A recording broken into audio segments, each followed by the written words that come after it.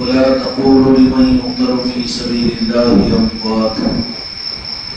بل أحياء ولكن لا تشعرون ولنبلونكم بشيء من الخوف والجوع ونقص من الأموال والأنفس والثمرات وبشر الصابرين الذين إذا أصابتهم مصيبة قالوا إنا لله وإنا إليه راجعون. وقال تعالى في عظمته النبي الكريم في شان حبيبه إن الله وملائكته يصلون على النبي يا أيها الذين آمنوا صلوا عليه وسلموا تسليما. اللهم صل على محمد وعلى آل محمد وبارك وسلم. الصلاة والسلام عليك يا رسول الله، الصلاة والسلام عليك يا حبيب الله. محترم قابل قدر اور قابل احترام عاشقان اہل بیت و عاشقان حسنین کریمین،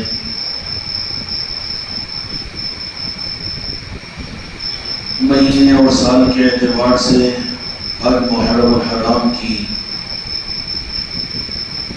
نویں شب ہے. اللہ رب العالمین نے قیامت تک کے لیے جو قرآن پاک انسانوں کی ہدایت کے لیے اللہ تعالیٰ نے عطا فرمایا اور قیامت کے آخری پیدا ہونے والے انسان کے لیے بھی ہدایت کا سرچشمہ قرآن مجید ہے. لیکن رب العالمین کا نظام یہ ہے کہ جہاں پر اللہ نے قرآن پاک کو انسانوں کی ہدایت کا سامان بنایا،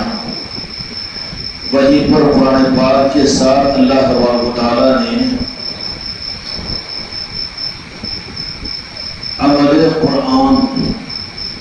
اور قرآن پاک کی اصل ذاتوں کو بھی اس دنیا کے اندر میں اللہ تبارک و تعالیٰ نے پیدا کیا اور کرتا رہے گا.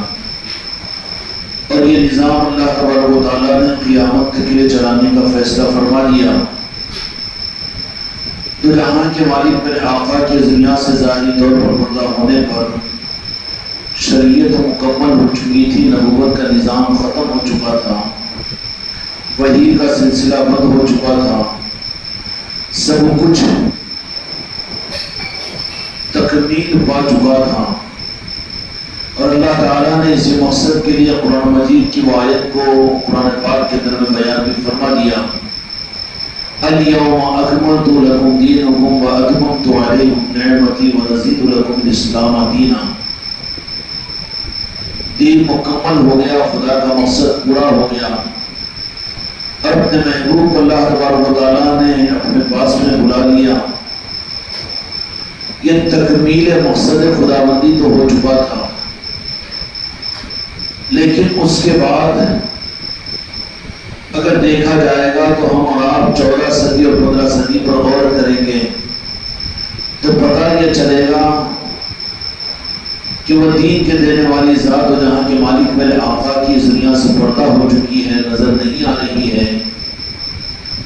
لیکن دین باقی ہے اور شریعت باقی ہے اور دین کی حقیقتیں دنیا کے اندر میں ظاہر ہے. اب کوئی نبی تو نہیں اور کوئی وحی کا سلسلہ تو نہیں، کوئی آسمانی کتاب تو نہیں، لیکن اللہ تبارک و تعالیٰ نے کیا انتظام فرمایا کہ دین کو باقی رکھا ہے. اب دین کو بندوں کو دینے کے لیے جہاں کتاب کو قرآن پاک کو مکمل اللہ نے کر دیا اور اپنے محبوب کو اس دنیا کے اندر میں بھیج کر دین کی تکمیل فرما دی، لیکن وہ روح کے یہ دین قیامت تک باقی رہے اور انسان دین سے مستفید ہوتے رہے. اس کے لیے بعض چیزوں کو اللہ رب العالمین نے قیامت تک کے لیے جاری رکھا ہے. اس لیے کہ اسلام کی تاریخ کے اندر میں بے شمار جنگیں بھی ہوئی اور بڑے بڑے جلیل القدر صحابہ کرام کی شہادتیں بھی ہوئی، اور پھر اللہ کے مالک میرے آقا کا میدان احد کے اندر میں آپ کا جسم اطہر کا خون سے لہولان ہونا، اور اسی طریقے سے اور بے شمار واقعات اسلام اپنی تاریخ کے آغوش میں لیے ہوتے ہیں. حضرت حنظلہ رضی اللہ عنہ کی شہادت ہو یا اسی طریقے سے سبوں اور ہزاروں بے شمار صحابہ کرام کی تاریخیں، شہادتوں کی تاریخیں، لیکن ان سب کے اندر میں یہ خصوصیت کیوں کہ ہر شہادت کی تاریخ کو امت نے بھلا دیا اور امت کی رہبری کے لیے، حالانکہ وہ بھی تو صحابہ کرام رضی اللہ تعالی علیہم اجمعین تھے، اور جنگوں میں شہید ہونے والے بھی تو مقدس شخصیتیں صحابہ کرام کی تھی۔ خلفائے راشدین کی شہادتیں، شہادتوں کی اسلامی تاریخ میں کوئی کمی نہیں ہے، لیکن ان شہادتوں کے اندر میں ایک شہادت 1500 سال تک یاد کی جاتی ہے، یاد کروائی جاتی ہے، اور تا دم قیامت رب العالمین کا یہ نظام ہے کہ اس شہادت کے ذریعے سے امت کو ایمان ملے گا، امت کو حق ملے گا، امت کو دین ملے گا۔ شہادت حسین اس معنی کے اندر میں رب العالمین کے نظام قدرت کے اعتبار سے وہ بیج ہے جو میدان کربلا کے اندر میں بویا گیا، اور اس کا شجر اور اس کی شاخیں مشرق اور مغرب، شمال و جنوب کے اندر میں پھیلی ہوئی ہے۔ وہی تو کربلا میں بویا ہوا وہ بیج کی جس کی شاخ کا ایک حصہ آج سرزمین عادل آباد کے اوپر مسجد انوار مصطفیٰ خانقاہ محمدیہ اجمیری نصرتی کے اوپر، اور وہی شاخوں کی وہ شاخیں ان ساری خانقاہوں میں، اور وہی شاخوں میں کی وہ شاخیں کہ جہاں پر اس طرح ماہ محرم الحرام کے نسبت کی محفلیں، جہاں یاد حسین کی جا رہی ہے، مبارک اور قابل قدر ہے وہ مقامات، وہ مسجدیں، وہ مکانات، اور وہ شہر اور وہ صوبے اور وہ ملک اور وہ علاقے کہ جہاں بھی یاد حسین کی محفلیں ہوگی، بیج کو اگر دیکھا جائے گا، معلوم کیا جائے گا، تو وہ ایڈریس اور پروف اور اپنا پتہ بتائے گا کہ یاد حسین واقعی کربلا اور میدان کربلا کی اس خیرات اور سوغات کا یہ اثر ہے کہ دنیا بھلانا چاہے لیکن بھلا نہیں سکے گی، اس لیے کہ رب العالمین کا نظام ہے۔ قرآن پاک رب کی کتاب ہے، لیکن 1500 سالہ اسلامی تاریخ کے اندر میں کتنے نشے و فراز آئے، کتنی بڑی بڑی تحریکیں، کتنے بڑے بڑے لوگ اس دنیا کے اندر میں آئے دین کی خدمت گزار، لیکن ان سب کو طاقت دینے والی چیز اور پہچان دینے والی چیز اور حقیقی قرآن دینے والی چیز اور دین کا حقیقی عنوان سمجھانے والی چیز، کوئی تفسیر کربلا کی اس واقعے سے بڑی تفسیر نہیں ہو سکتی، کوئی حدیث کی خدمت اس حدیث کی خدمت سے بڑی نہیں ہو سکتی کہ محدثین نے لکھا ہوگا کتابوں پر سیاہی کے ذریعے سے اور آنکھ پر اور چپڑوں کے اوپر، لیکن وہ تاریخ اسلام کی مولا حسین علیہ السلام نے میدان کربلا میں سیاہی کو اختیار کیا تو اپنے اپنے اہل بیت کے خون مبارک کو، اور پھر لکھا ہے تو کربلا کی سرزمین کے اوپر، اور نتیجہ یہ ہے کہ اس کی تاریخ کو رب کا نظام ہے کہ وہ بھلا نہیں سکتے۔ خوش قسمت ہے وہ لوگ کہ جن کو رب العالمین یاد حسین کی توفیق عطا فرما دے، اور وہ بہت خوش بخت علاقہ ہے وہ،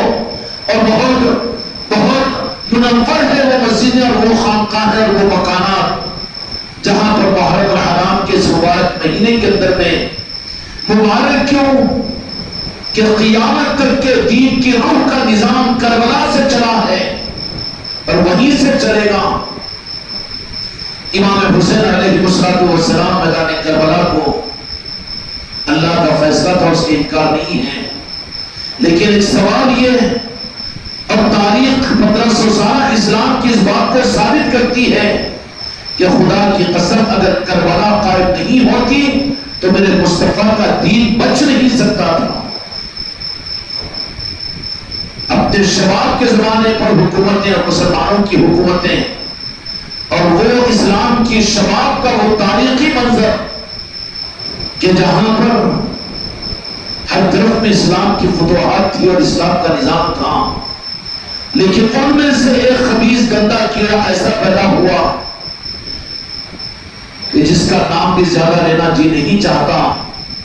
لیکن تاریخ سے ایک حقیقت سے جڑی ہوئی چیز ہے، وہ یزید ہے۔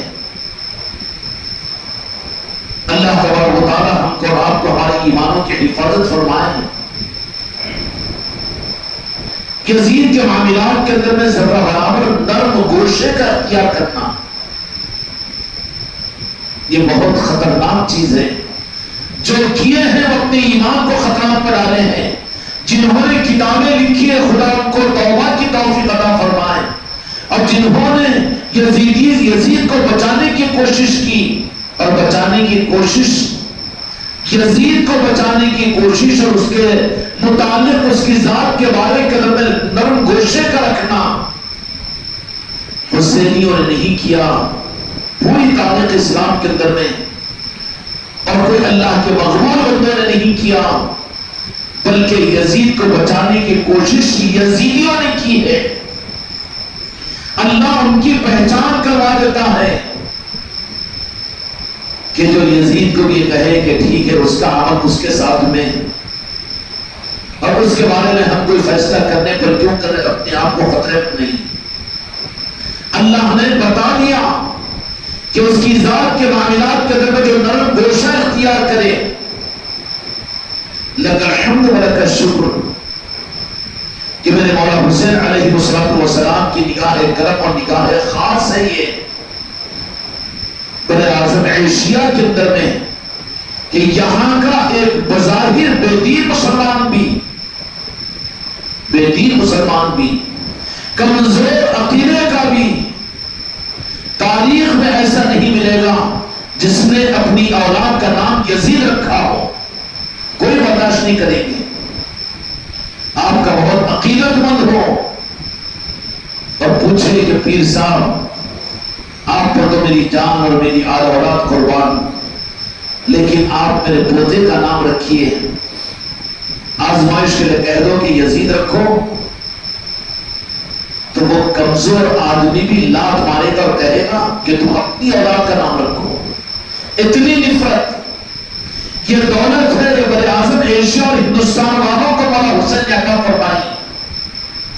قبیلوں کے اعتبار سے عرب دنیا کے اندر میں رکھتے ہیں، لیکن اس یزید کے نام پر نہیں رکھتے، بلکہ چونکہ عرب میں یزید کا نام رکھا جاتا تھا اس لیے رکھتے ہیں۔ ہم ان کے عقیدوں پر کوئی حرف نہیں ڈالتے، لیکن نفرت اتنی اللہ تبارک و تعالی نے عطا کی بر اعظم ایشیا والوں کے اندر میں کہ کوئی اس کو پسند نہیں رکھے گا۔ کیا پوری زندگی کے اندر میں کبھی آپ نے یزید نام کا کوئی لفظ کوئی مسلمان کو سنا ہے؟ وہ حکومتیں نکال کر بتا دیں SIR کر رہی ہیں کہ کہیں پر دور دور تک دیہات کے جاہل سے جاہل مسلمان کیوں نہ ہو، جن کو دین کی الف نہ معلوم ہو، لیکن قدم ہے میرے مولا حسین کا، اور اسی قدم کی بنیاد پر امید ہے کہ مولا حسین قیامت کے میدان میں ہم مانتے ہیں کہ یا مولا حسین آپ کی نسبتوں پر کیوں کہ آپ کی زندگی سے زیادہ قیمتی زندگی ہماری نہیں ہے، اور آپ کے اولادوں سے زیادہ نعوذ باللہ ہماری اولادیں نہیں ہیں۔ سچے اگر ایمان کا پہلا درس اگر اس کو مل چکا ہو اور ایمان کا ذرہ بھی اگر اس کو نصیب ہو چکا ہو، تو مولا حسین کی ذات پر سو جانوں سے قربان کرنے کا ارادہ اور وعدہ کرے گا کہ نہیں کرے گا؟ کیوں کہ یہ نوازش ہے مولا حسین علیہ السلام کی۔ شاید کہ پہلے 2-3 دن پہلے اس وقت ہم نے عرض کیا تھا کہ میں یہ بات عرض کر رہا ہوں، شاید کہ آپ لوگوں نے سنا بھی نہیں، پہلی مرتبہ سنے ہوں گے کہ مولا حسین علیہ السلام کا بر اعظم ایشیا اور اہل ہند کے اوپر کیوں احسان۔ اس کی تاریخ بڑی لمبی ہے، لیکن مشہور ہے وہ حدیث پاک جس کو آپ لوگوں نے سنا ہوگا کہ تو جہاں کے مالک میرے آقا نے ارشاد فرمایا تھا کہ مجھے ہند کی طرف سے خوشبو آ رہی ہے، ٹھنڈی ہوائیں محسوس ہو رہی ہے، ہند اور ہندوستان کا تعلق مدینے کی روحانیت کے ساتھ میں خاص نسبت ہے. یہ تعلق کسی اور عرب دنیا کو بھی نصیب نہیں ہے.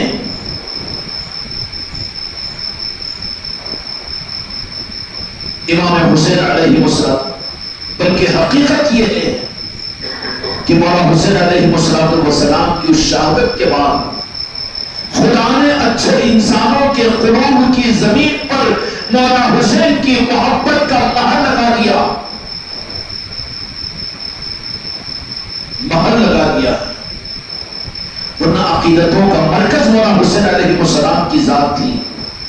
کربلا کا اہتمام، محرم الحرام کا اہتمام، یاد حسین کا اہتمام، کوئی گھر ایسا نہیں تھا جس کے اندر میں یاد حسین نہ ہوتا ہو. وہ گھر بدبختوں کو اور یزیدیوں کو سمجھا جاتا تھا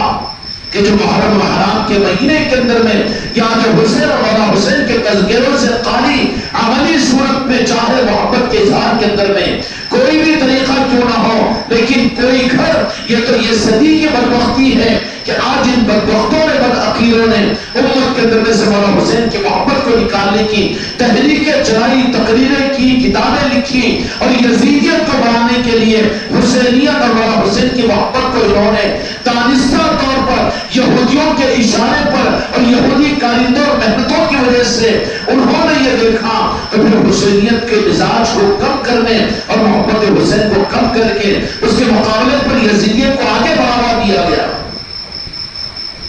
پھر ان کے زبانوں سے بھی ایسے جملے نکل گئے، نہیں یزید کو بھی تو برداشت کیا جانا چاہیے، اپنے ایمان کے دیوالیے کا تو اسی دن اعلان کر لے گا. تیر محسوس ہو، نام اگر لیا جائے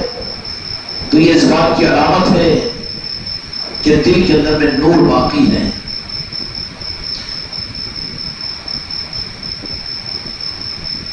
تو جہاں کے مالک میرے آقا نے یہ بات ارشاد فرما دی کہ مجھے ہند سے، تو یہ تو ایک حقیقت کے ساتھ بھی کہ ہندوستان کا کوئی زیادہ مقام اور کوئی زیادہ محبت میرے آقا کو 30 حدیث سے ثابت ہے. اور بھی ایک روایت حدیث کی کتابوں میں نقل کی گئی ہے کہ ہندوستان کا ایک بادشاہ تھا، اس کا کاروبار تھا عرب دنیا سے، کہ یہاں کے مسالے اور یہاں کی چیزوں کو لے کر وہ عرب کو جاتا تھا. بڑا سیاح تھا، بڑا تاجر تھا، لیکن اس پہ کوئی نرینہ اولاد نہیں تھی. تجارت کا مال اور بہت بڑا آدمی، بڑا تاجر تھا، لیکن دل کی خواہش، سارا مال، ساری دنیا اولاد کی خواہش کا بدل نہیں بن سکتی. وہ اس بات کی کوشش میں رہتا تھا کہ کسی طرح سے مجھے اولاد مل جائے. ایک مرتبہ وہ مکہ مکرمہ کو گیا، مدینہ منورہ کو، اور وہاں پر لوگوں نے کہا کہ خاتم النبیین ظاہر ہو چکے ہیں، ان کا معاملہ یہ ہے، ان کے یہ حالات ہے، لوگوں سے معلوم ہوا. تو اس نے کہا کہ اپنا کام تو یہیں پر بنے گا، جائیں گے. سفر کیا مدینہ پاک کا، اور وہاں پر جانے کے بعد میں لوگوں سے معلوم کیا کہ نبی آخر زمان وہ کہاں ہے. وہ کون تھا؟ ہندوستان کا بڑا تاجر. اور ہندوستان میں اس وقت میں اسلام تو آیا نہیں تھا، تو یقینی طور پر کون تھا؟ وہ تو ایمان کے بغیر کا، اسلام کے بغیر کا کافر تھا. لیکن اولاد کی شوق میں اور اولاد کے لیے امید کے ساتھ میں جب مدینہ منورہ میں میرے آقا کی بارگاہ میں پہنچا تو لوگوں نے کہا کہ وہ تو اس وقت میں اپنے گھر میں استراحت میں ہیں اور ہماری ضرورت نہیں ہے کہ ہم جا کر ان کو اٹھائے. تو سامنے دو لڑکے، جو معصوم بچے تھے، وہ کھیل رہے تھے. اس بادشاہ کے قول کے مطابق کہ ایسے جیسے زمین پر چوتھی رات کا چاند اترا ہوا ہے. وہ امام حسین علیہ السلام اور امام حسن علیہ السلام تھے. تو اس حیرانی اور پریشانی کی سوداگری کی صورت کو دیکھ کر مولا حسین نے کہا کہ بڑا پریشان معلوم ہوتا ہے، کہ بتا کیا بات ہے، کیوں پریشان ہے. تو اس بادشاہ سوداگر نے یہ کہا کہ میں میرے مسئلوں کو تم کو کیا بتاؤں، تمہارے نانا جان کو بتاؤں گا. تو کہا کہ ہمارے نانا جان کی بات کیا کہتا ہے، بلکہ تو ہمارے سامنے رکھ دے، تیری پریشانی حل ہو جائے گی. یہ ہے مولا حسین. ہندوستان کے ساتھ یہ تعلقات معلوم بھی تو ہونا چاہیے نا، کیونکہ بد عقیدوں بے عقیدوں نے امت کو مولا حسین کی محبت کے نظام سے دور کرنے کے لیے کہیں پر یزید کو لا دیا تو کہیں پر کچھ لا دیا، کبھی کچھ لا دیا. اس لیے اپنے عقیدوں کو مضبوطی کے لیے بنیادوں کو دیکھنے والے بنو. مولا حسین اپنی جلال اور شان کے ساتھ میں کہنے لگے کہ ہمارے نانا جان کی بات کیا کرتا ہے، تیرا جو مسئلہ ہے ہمارے سامنے رکھ دے، ہم اس کو حل کر دیں گے. اب یہ معصومیت کا وقت ہے. اب مشاہدہ کون کر رہا ہے؟ مولا حسین کے کرامتوں کا مشاہدہ ہندوستان کو اس تاجر نے پہلے کیا، مدینے کی زمین کے اوپر کیا، اور ہندوستان والوں کے ایک بادشاہ کو، ایک تاجر کو مولا حسین نے اپنے مقام کو بتا کر اس ملک کو نوازا. تو وہ چاند جسے چہرے کو دیکھ کر وہ کہا نانا جان کو تو بھول گیا، لیکن ان دونوں معصوموں کے سامنے التجا کی کہ بہت کچھ ہے میرے پاس، میں بڑا سودا کروں، میں ہندوستان سے آتا ہوں، لیکن میرے پاس میں اولاد نہیں ہے. تو کہ اولاد کا مسئلہ، اس کے لیے ہمارے نانا جان کے پاس میں ٹھیک ہے تیری اولاد ہوگی، کیونکہ مالک کائنات کے نوازتے ہیں وہ، اور آگے چل کر دنیا کیا. یہ تو حق میرے غریب نواز آقا جی کو ہے جو یہ فرمانے بلا کسی تعامل کے کہ کائنات حسین کی ہے اور قیامت تک حسین کا نظام چلے گا.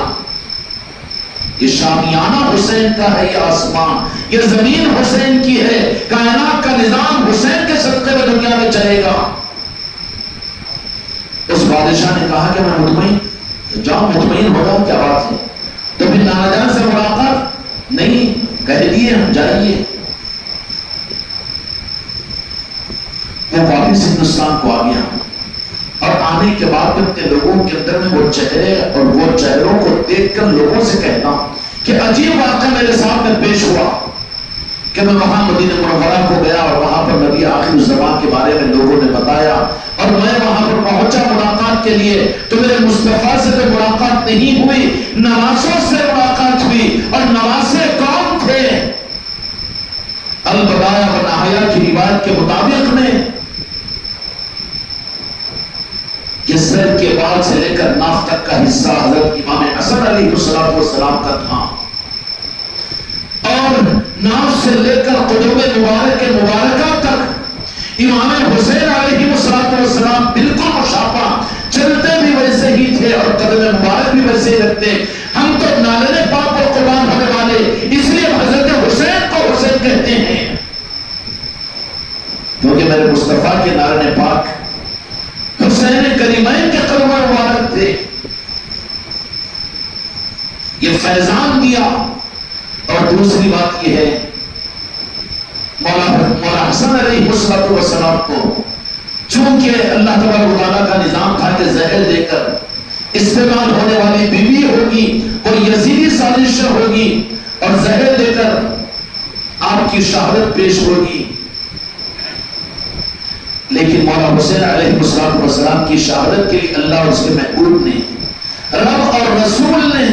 یہ طے کیا تھا کہ میدان کربلا کے اندر میں امام حسین علیہ السلام کی شہادت ہوگی، اور آپ کی گردن مبارک پر خنجر چلایا جائے گا، اور آپ کے بدن مبارک سے آپ کے سر مبارک کو جدا کیا جائے گا.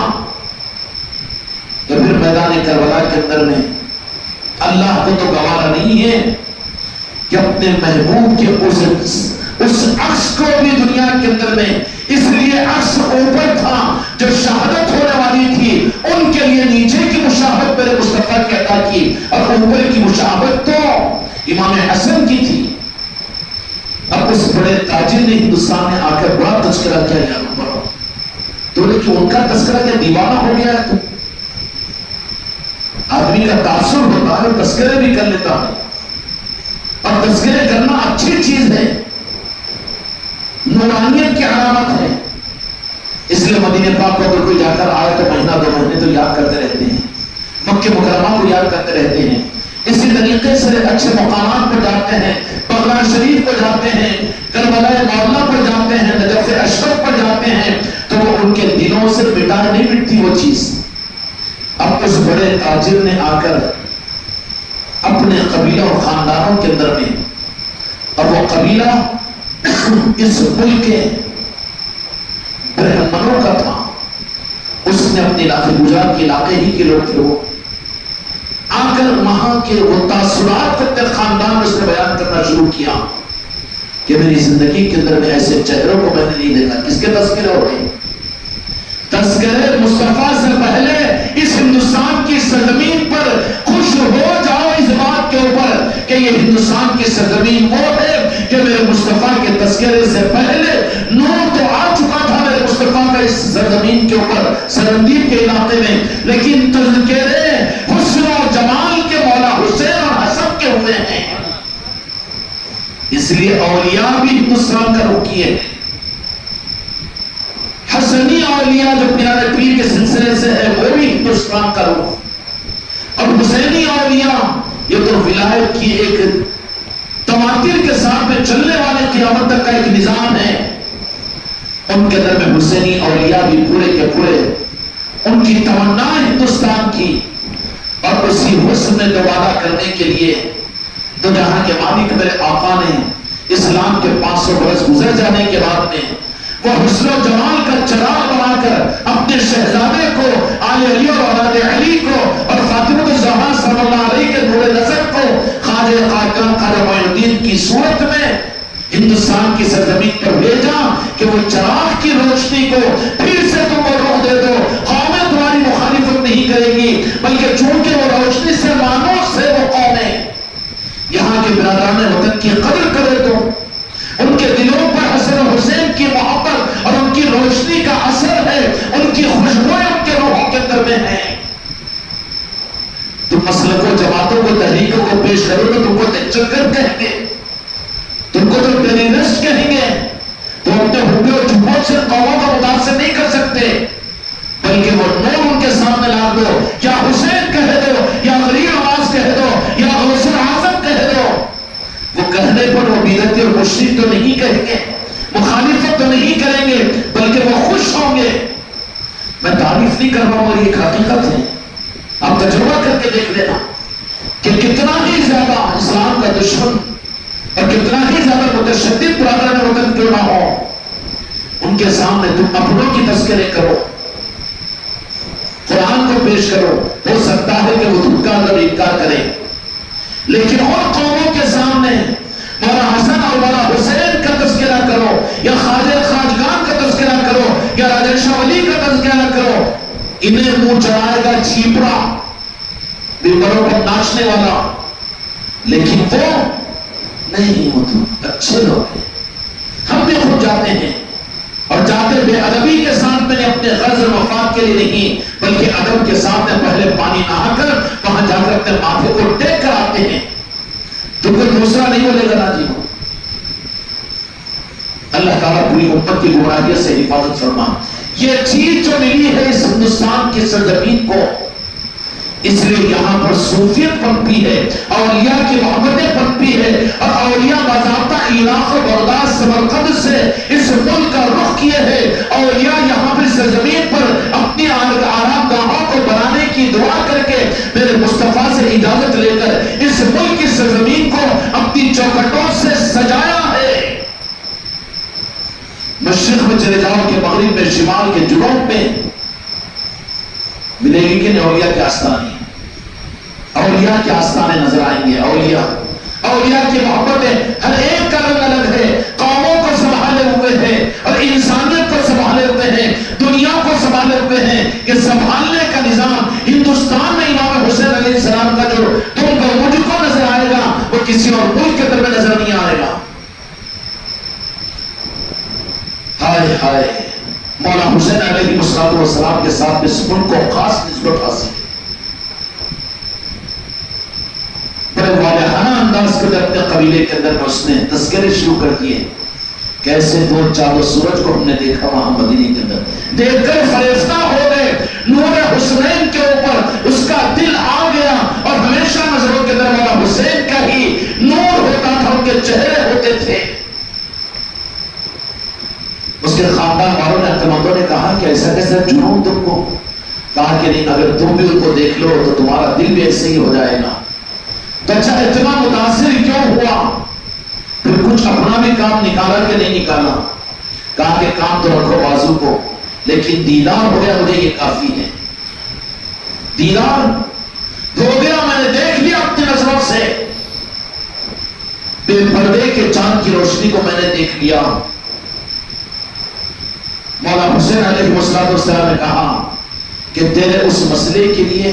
ہمارے نانا جان کو زحمت دینے کی بات کیا ہے؟ وہ مسئلہ تو ہم تیرا حل کر دیں گے۔ کیوں؟ ان کو حق ہے کہ خدا نے کائنات کا مالک میرے مصطفیٰ کو بنایا، اور میرے مصطفیٰ جس کو جتنا حق دے اس کا اتنا حق دنیا میں چلتا رہے گا۔ اسی لیے تصرفات اور کرامتیں اور اختیارات آل رسول اور اہل بیت اور پھر حسنی اور حسینی اولیاء کو بھی نصیب ہوتی ہے،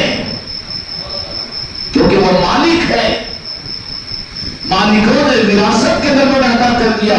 کائنات پر ان اولیاء کی چلے گی، چلتے رہے گی خدا کی قسم۔ حسد کرنے والے حسد کرتے رہیں گے، حکومتوں کو لے کر ناچنے والے، کہ چاہے پس پردہ وہ حکومتیں اسلامی ملکوں کی، اسلامی نظاموں کی ہو، لیکن ان کی اصل چابی تو امریکہ اور اسرائیل کے پاس میں ہوگی۔ ان کی منشا پر ناچنے والے ہوں گے۔ اسلام کے دشمنوں کے ہاتھوں میں وہ اپنے علاقوں کے، اپنے ملکوں کے نظاموں کی چابیوں کو دیے ہوئے ہوں گے، اور ان چابیوں کو ان سے بچانے والی ذات صرف آل علی اور اولاد علی کی ہوگی۔ ان کو اپنی خانقاہوں میں اور ان کو اپنی چوکھٹوں پر جھکنے پر مجبور کرے گی، نہ چاہتے ہوئے بھی اپنے حکومت اور اپنے مفادات کے خاطر۔ وہ قومیں 1500 سالہ تاریخ اس بات کو شاہد ہے کہ وہ لوگ اپنے اولاد دنیا کے لیے ان کی چوکھٹوں پر آ کر جھکے ہیں، اور یہاں سے ان کو نصیب ہوا ہے، اور یہاں سے ان کو ملی ہے اقتدار، اور یہاں سے ملی ان کے دنیا کی حفاظت۔ اولیاء صرف آخرت کا معاملہ نہیں ہے، بلکہ یہ تو دنیا بھی بانٹنے کی ذمہ داری میرے اللہ نے ان کو عطا کی، اپنے محبوب کو مالک بنا کر، اور مالک نے انہیں مالک بنا دیا۔ اب خوش قسمتی ہماری یہ ہے کہ ہم تو خاندان چشتیہ ہے، تو مالک ہندوستان کی نسبتیں ہمارے پاس میں ہیں۔ ہم یہاں پر اس موجودگی کی حالت میں، ناامیدی کی کیفیت میں، اور ہمیشہ مدیل کی طرح سے نہیں رہیں گے۔ اس لیے اپنی کسی بربادی کے وقت کے اوپر بھی اپنی نسبت کو یاد کر کے ناز کرنا چاہیے کہ ہم اس ملک کے مالک کے غلام ہیں، اور اس مالک کے ہم نام لیوا ہے، ہمارا سلسلہ چشتیہ ہے۔ اور وہ سارے تصرفات 1500 سالہ تاریخ کے اندر میں اپنے نہیں بلکہ غیر مسلموں نے اپنی کتابوں میں لکھے، تفسیر میں جانے کا موقع نہیں ہے، اور سبوں نے آ کر ان کی چوکھٹوں سے اپنی دنیا کو سنوارا ہے، اور اپنے ملکوں کو بچانا ہے، اور اپنی حکومتوں سے فائدہ حاصل کیا ہے۔ جو بھی فائدہ کسی کو اگر ملتا ہوگا تو فائدے کی نسبت تو آل علی اور اولاد علی ہی سے ہوگی۔ اس تاجر نے کہا اتنا فریفتہ ہو چکے ہو تو پھر کیا کہا کہ تم نے؟ کہا کہ ہاں ہم نے کر دیا، اور انہوں نے وعدہ کر لیا، ہاں تجھے اولاد ہوگی اور نرینہ اولاد ہوگی۔ بچپنے کا عالم ہے۔ وہ تاجر اپنی زندگی کا وقت گزارنے کے بعد میں، چونکہ مالک کا وعدہ تھا، خدا اور خدائی کے نظام ان کے ساتھ میں تھے، بچپنا کیسے ہو، بلکہ جو عرشی لوگ ہیں، جو جنت کے واسی ہیں، ان کی ذاتوں کی بات کیا ہے، بلکہ ان کے ناموں کو خدا نے پردے غیب کے اندر میں چھپا کر رکھا تھا، حفاظت کی تھی اللہ تبارک و تعالیٰ نے ان کے ناموں کی۔ حسن اور حسین یہ کسی اور قوم کو اللہ تعالیٰ نے یہ نام بھی عطا نہیں کیے، بلکہ ان ناموں کو میرے آقا کے نواسوں کے لیے خدا نے مختص کیا تھا۔ وہ ذاتیں ہیں کہ جو ذاتیں تو دور کی بات ہے، بلکہ نام بھی اللہ تعالیٰ نے عرش الہی کے اوپر میں چھپا کر رکھا تھا، انتظار کر رہا تھا زمانہ۔ اس تاجر نے کہا ابھی چند مہینے نہیں گزرے کہ وہ علامتیں، وہ آثار ظاہر ہو گئے، ابھی بڑی خوشی کے ساتھ میں بار بار مدینہ منورہ کو جاتا ہوں۔ ابھی خوشی کا عالم کیا ہوگا اس کا، دنیا کا بڑا تاجر، یہ بیچارے ہم امبانی پمبانی ان کو تو ڈر اور خوف میں ان کی راتوں کی نیند اڑی تھی کہ پتہ نہیں کیا ہو جائے. لیکن وہ تجار ایسے کہ وہ اس زمانے کے تجار بخیل نہیں تھے بلکہ وہ تجار سخی تھے اور سخاوت کی وجہ سے ان کو اپنے اور انسانوں سے بھی ان کی حفاظت اور محبتیں ملا کرتی تھی. امام حسین علیہ السلام کی دعا کا اثر ظاہر ہوا اور ظاہر ہونے کے بعد میں جب وہ اپنے قافلے اور قبیلے کے ساتھ میں مولا حسین علیہ السلام سے ملاقات کے لیے وہاں پر مدینہ منورہ کو پہنچا تو وہاں پر عمر کے اس حصے میں مولا حسین علیہ السلام مولا حسین علیہ السلام جو اپنے اور بچوں کے ساتھ تھے اور لوگوں کے ساتھ بھی کھیل رہے تھے کہا کہ دیکھو ہندی وہ بھائی آ رہا ہے خوشخبری لا رہا ہے اور اپنی خوشخبری سنانے کے لیے یہاں پر آ رہا ہے. یہ بچپنا ہے مولا حسین کا. تب اس شہادت کے بعد مولا حسین کے تصرف کا اور اختیار کا نوازشوں کا خدا کی قسم یہاں کو محفوظ کرے اور یہ صدا کربلا میں مولا حسین کے پاس نہ پہنچے اور میرے مولا حسین نہ سنے یہ تو بدبخت اور بدعقیدت سمجھے گا. کائنات ان کی ہے تصرفات ان کے ہیں ان کی مرضی کے بغیر کچھ نہیں ہو سکتا. یہ محفلوں کا سجا لینا یہ اس بات کی دلیل ہے کہ وہ ان کی خاص نگاہ کرم ہے. اللہ تعالیٰ ہم کو قبر کی توفیق عطا فرمائے. مولا حسین علیہ السلام کی خدمت میں پہنچا اور پہنچ کر کیا کیا وہ تو نہیں بتاؤں گا لیکن کہا کہ چلو ہمارے آقا اور نانا جان کی خدمت میں ہم تم کو ملاقات کے لے کر پہنچتے ہیں. پہنچے تو پھر نوازوں سے متاثر جو ہوئے تو نانا جان کے چہرے انور کو دیکھ کر جتنے تقریباً 7 بھائی یا 11 بھائی تھے وہ سبوں نے میرے مصطفیٰ کے چہرے پر نظر ڈالتے ہی قدموں میں اپنے سر کو رکھ دیا اور کہا کہ ایمان ہمیں عطا کیجئے اور اپنی غلامی کا شرف ہمیں عطا کیجئے. مولا حسین وہ ہے جو بچپنے میں اپنے نانا جان کے دین کو پروان چڑھایا اور کیسے وہ پورا ہندوستان ہم مولا حسین علیہ السلام کی اس خدمت پر آپ کے قدموں کے نیچے اپنی گردنوں کو سمجھتے ہیں. یہ حق ہے ہر مسلمان کے اوپر کہ تم کو جو تمہارے باپ داداؤں کو ایمان اسلام عطا ہوا ہے. صحابہ کی توہین نہیں لیکن صحابہ کو مستقل نظام نہیں رہا یہاں پر. یہ مولا حسین اور حسینی نظام ہے جو یہاں پر ہر ایک کو ایمان نصیب ہوا ہے. تو کیا اس کا حق یہ نہیں ہے کہ دینی حق نہیں مانا جائے گا کہ ان کے مہینے میں ان کو یاد کیا جائے یاد کروایا جائے اپنے گھروں میں یاد کیا جائے. چوراستوں کے اوپر اگر ان کے وفادار ہو تو یہ کام کرنے میں پیچھے نہیں ہٹیں گے. مسلکوں جماعتوں کو نہیں دیکھیں گے یزیدیت کو اور وہابیت کو نظر انداز کریں گے کہیں گے کہ یہ تو ہمارا مقصد ہے کیونکہ تمہارے ہی اس ملک کا وہ تاجر اس حق کو ادا کیا ایمان قبول کیے واپس آئے اب اس کو بھی اور اولادیں بھی ہوئی. ابھی تاریخ کے اندر میں اس برادر نے وطن کا نام بھی لکھا ہوا ہے کہ اس نے پھر ان کو دیکھ دیکھ کر اپنا پورا خاندان لے جا کر جب ایمان کو قبول کروایا تھا تو آج بھی وہ خاندان مولا حسین علیہ السلام کا نظام ہے اولیاء کا نظام حکمتوں کا ہوتا ہے. راجہ ہندی کے نام سے مشہور ہے وہ اور راجہ ہندی کو امام حسین علیہ السلام کی اس عظمت کے ساتھ میں شرف کا برکت اور دنیا میں جو نصیب ہوئی ان کی عمر روایتوں کے مطابق 500 سال یا 800 سال ہوئی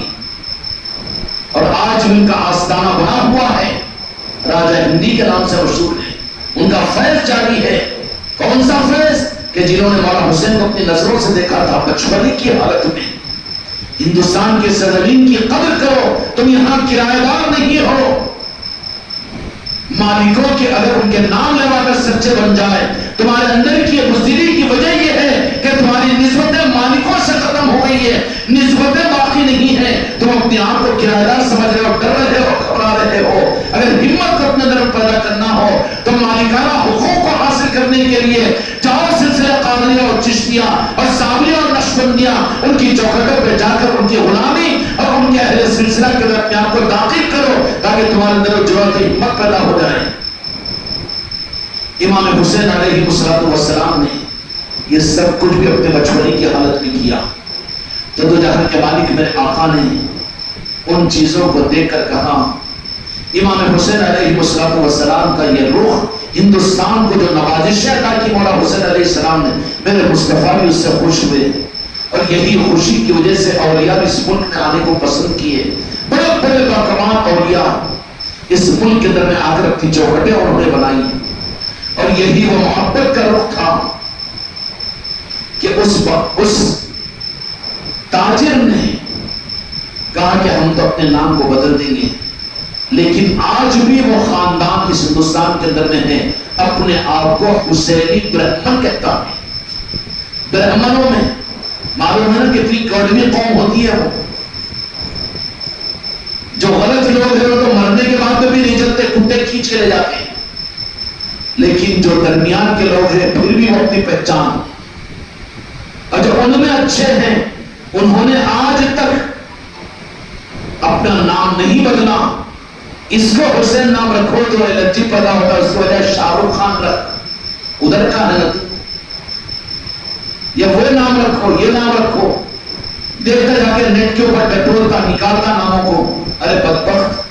تیرے سامنے تیرے شجرہ ہے، صحابہ ہے، اولیاء ہے، تجھے کیا ضرورت ہے نئے ناموں کی؟ اپنی نسلوں کو تو کیوں سکر اور کتا بناتا ہے؟ اپنی نسلوں کو ان کا غلام بنانے کے لیے اب بچپن کی حالت میں تیرے ذمہ داری ہے کہ نام تو کم از کم اپنے اچھے لوگوں کا رکھ دو، بجائے اس کے نام۔ مفتی نیٹ سے پوچھتے ہیں، اور نیٹ پہ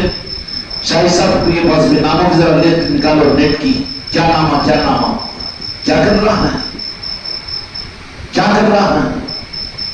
ان کی غلامی کے اندر دے رہا ہے، بجائے اس کے وہ برہمن آج بھی اپنے آپ کو حسینی برہمن کہتے ہیں۔ ہم جو برہمن والی کے اندر میں تھے، ہمارے گھر کی پیچھے کی دیوار کے پیچھے جو گھر تھا، ہم کو بچپن میں ان کا نام ہی ہم یہ سمجھے کہ حسینی بومن کہتے تھے لفظ کو کاٹ کر، لیکن بعد میں پتا چلا کہ حسینی بومن نہیں، حسینی برہمن ہے۔ اور تعجب نہیں ہونا، بڑی حقائق چھپی ہوئی ہے، لیکن ان کو لڑانے سے فرصت نہیں، میں بروبر حقائق کو کہاں بتائیں گے بیچارے؟ ان کو تو لڑا کے کاٹ کوٹ کے چودھریوں کی دکان بنا کر اپنی دنیا کمانا مقصود ہے، دین کو بیچ کر۔ یہ حقائق کہاں بتائیں گے؟ یہ حقائق کہاں بتائیں گے؟ ان کے اپنے مقدس کتابوں کے اندر میں اور ان کے اپنے نظاموں کے اندر میں۔ آج بھی بڑی بڑی مندروں کے اندر میں جو اصل حسینی برہمن ہیں، اور بھی ان لوگوں کی قیادتیں اگر ان کے ہاتھ میں ہیں، تو اصلی برہمن جو ہوتا ہے، بڑی مندروں کی بات، یہ چھوٹی کی بات نہیں کر رہا ہوں، جو اصل برہمن ہوتا ہے وہ اپنے بیٹے کو برہمن کے منصب پر یعنی خلافت دیتا ہے تو کلمہ پڑھاتا ہے وہ، اور پنجتن پاک کے نام لینے لگاتا ہے۔ اور یہ حقیقت بتا غیر محسوس طریقے سے عربی سے ان کو نفرت ہے تو عربی کے الفاظ استعمال نہیں کریں گے نا جی، بلکہ نہ وہ الفاظ کو بدل دیں گے۔ اسی طریقے سے اشرقوں کے اندر میں اور ان کے پوجا پاٹ کے اندر بھی آپ کو جہاں کے مالک میرے آقا کے تذکرے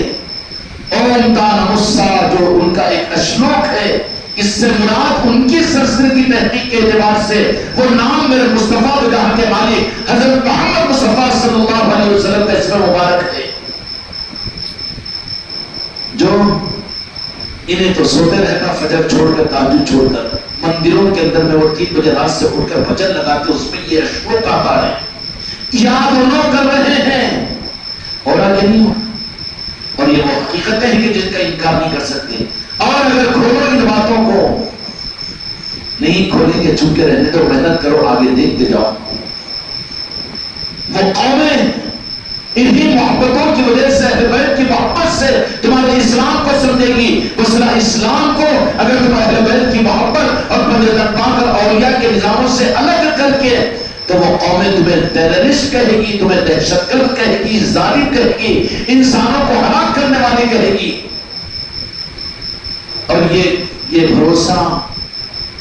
اور یہ اپنی آپ کمائی ہے جو ہم نے دامن اہل بیت کو چھوڑا، مسجد پاک کو چھوڑا، مولا حسن اور مولا حسین کو چھوڑا، تو پھر ہم سے تو نعرہ پاک مصطفیٰ بھی چھوٹا۔ جب نعرہ پاک مصطفیٰ ہی چھوٹا تو دین کہاں باقی رہا تیرا؟ یزیدیت میں آگے بڑھا، ناصریت میں آگے بڑھا، اور پھر ہوتے ہوتے ہوتے عقیدے اتنے برباد ہو گئے کہ پھر یہ منبروں سے کہنا شروع کیا کہ یاد حسین کیوں ہونا چاہیے، یہ غریب نواز کے تذکرے کیوں ہونا چاہیے، یہ غوث اعظم کے تذکرے کیوں ہونا چاہیے؟ اور ان کو کوئی کہنے والا نہیں ہے، وہ نہیں ہونا چاہیے تو 150 سال کی جماعت تبلیغ کا تذکرہ کیوں ہوتا ہے یہاں پر؟ یہ جماعت اسلامی کا تذکرہ کیوں ہوتا ہے؟ اور اہل حدیث اور جماعت العلماء کا تذکرہ کیوں ہوتا ہے؟ بریلویت کا تذکرہ کیوں ہوتا ہے؟ جب وہ نہیں ہو رہا تو یہ کیوں ہو رہا ہے؟ مسلمانوں کا ضمیر تو مر گیا ہے نا۔ جان تو لائٹ لے لو، لائٹ لونے کی بات نہیں ہے، بلکہ حق کا میدان ہی ہے کہ جہاں تک ہو سکے ٹھیک ہے، ممبروں کو چھوڑ دیجیے، ان پر مسجدوں کو چھوڑ دیجیے، لیکن گھر تو تمہارے گھر ہے، اپنے گھروں کے اندر تو یاد حسین کی محفلیں ہم کر سکتے ہیں۔ جہاں اختیارات ہے وہاں کی مسجدوں میں، جو اختیارات ہے تمہارے مدرسے، اور جو اختیارات ہے چوراستے، اور جو اختیارات ہے تمہارے رشتے دار، اور جو اختیارات ہے جہاں پر تمہارے سسرال، وہاں تو کروا سکتے ہیں اور کر سکتے ہیں۔ مولا حسین علیہ السلام کو تو جہاں کے مالک میرے آقا نے اور رب العالمین نے میرے آقا کے پردہ فرمانے کے بعد میں دین کے سرحانے، دین کے بڑھانے کی ذمہ داری کے لیے نبوت کے نظام کو اللہ نے ختم فرما کر نبوت کے نظام کو امامت میں منتقل کیا۔ کیا میں منتقل کیا؟ امامت میں۔ نبیوں سے اللہ تبارک و تعالیٰ جو کام لیتا تھا، جو مقصد تھا،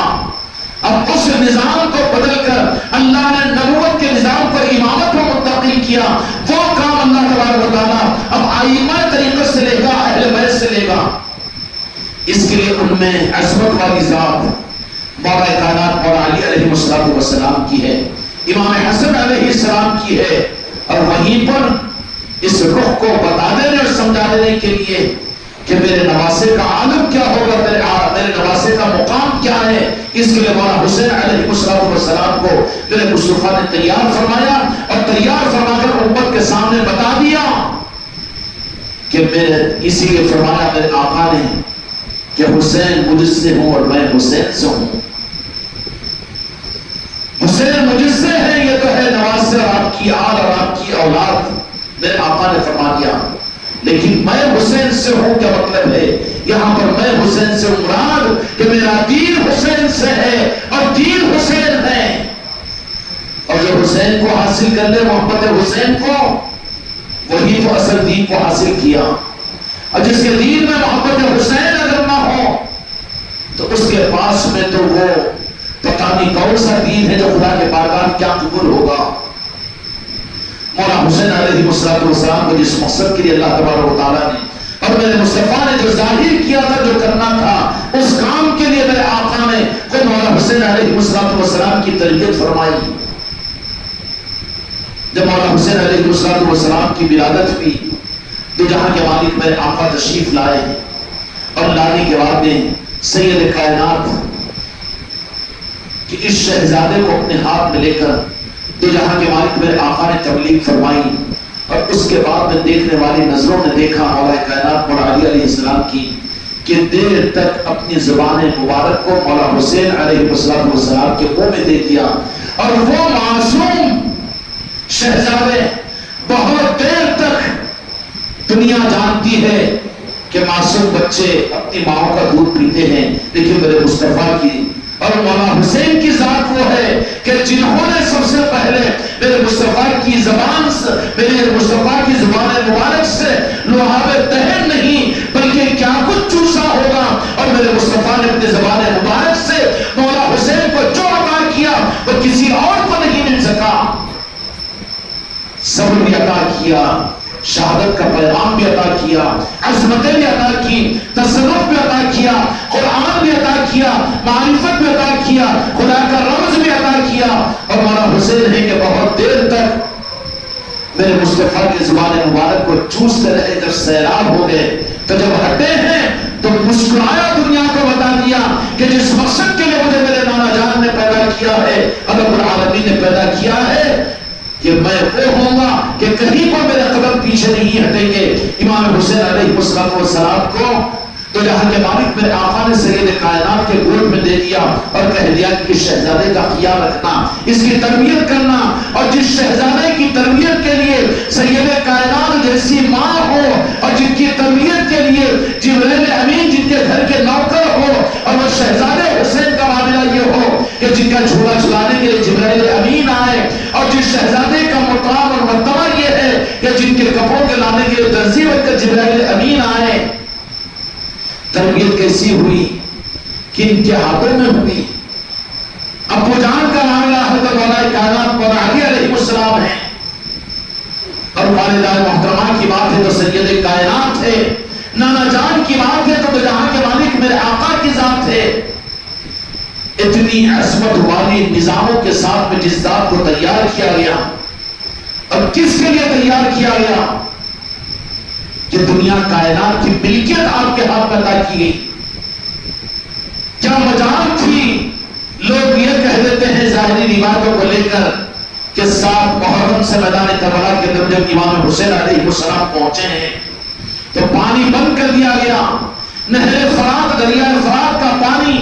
یزیدیوں کے گھوڑے تو پی رہے تھے, اور وہ اس پانی کے ذریعے سے نعرے موج مستی کر رہے ہیں. لیکن امام حسین علیہ السلام جو اس کربلا کے میدان کے اندر میں ہے, ان کے ان کمزوروں اپنے ہاتھوں کے اوپر پانی کو بند کر دیا گیا, اور وہ معصوم بچے پانی کے قطرے کو ترستے رہے, اور اہل بیت اطہار کی عورتیں پانی کے لیے ترستی رہی.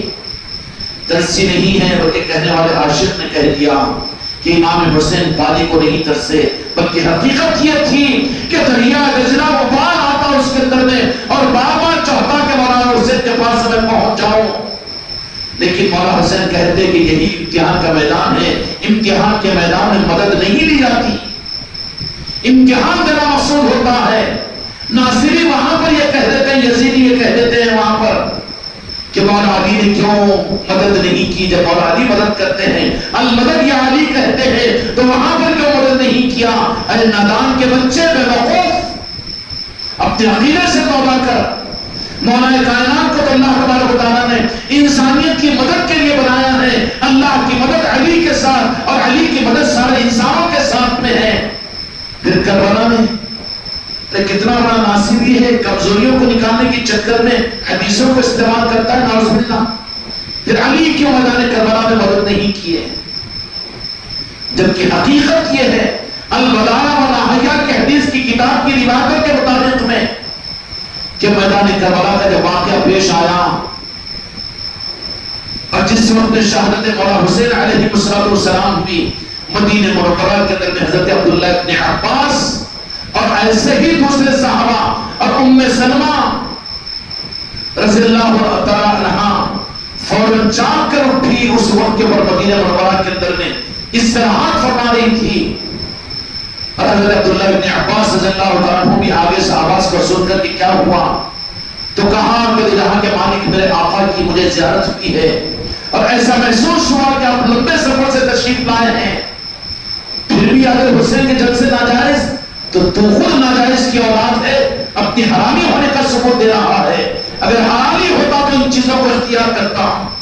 جڑتا اور جوڑتا, لوگوں کو سمجھاتا, حق دیتا, ایمان دیتا, نسبتیں دیتا, پردیدن پاک کی محبتیں دیتا. کہا کہ تو جہاں کے مالک میرے آقا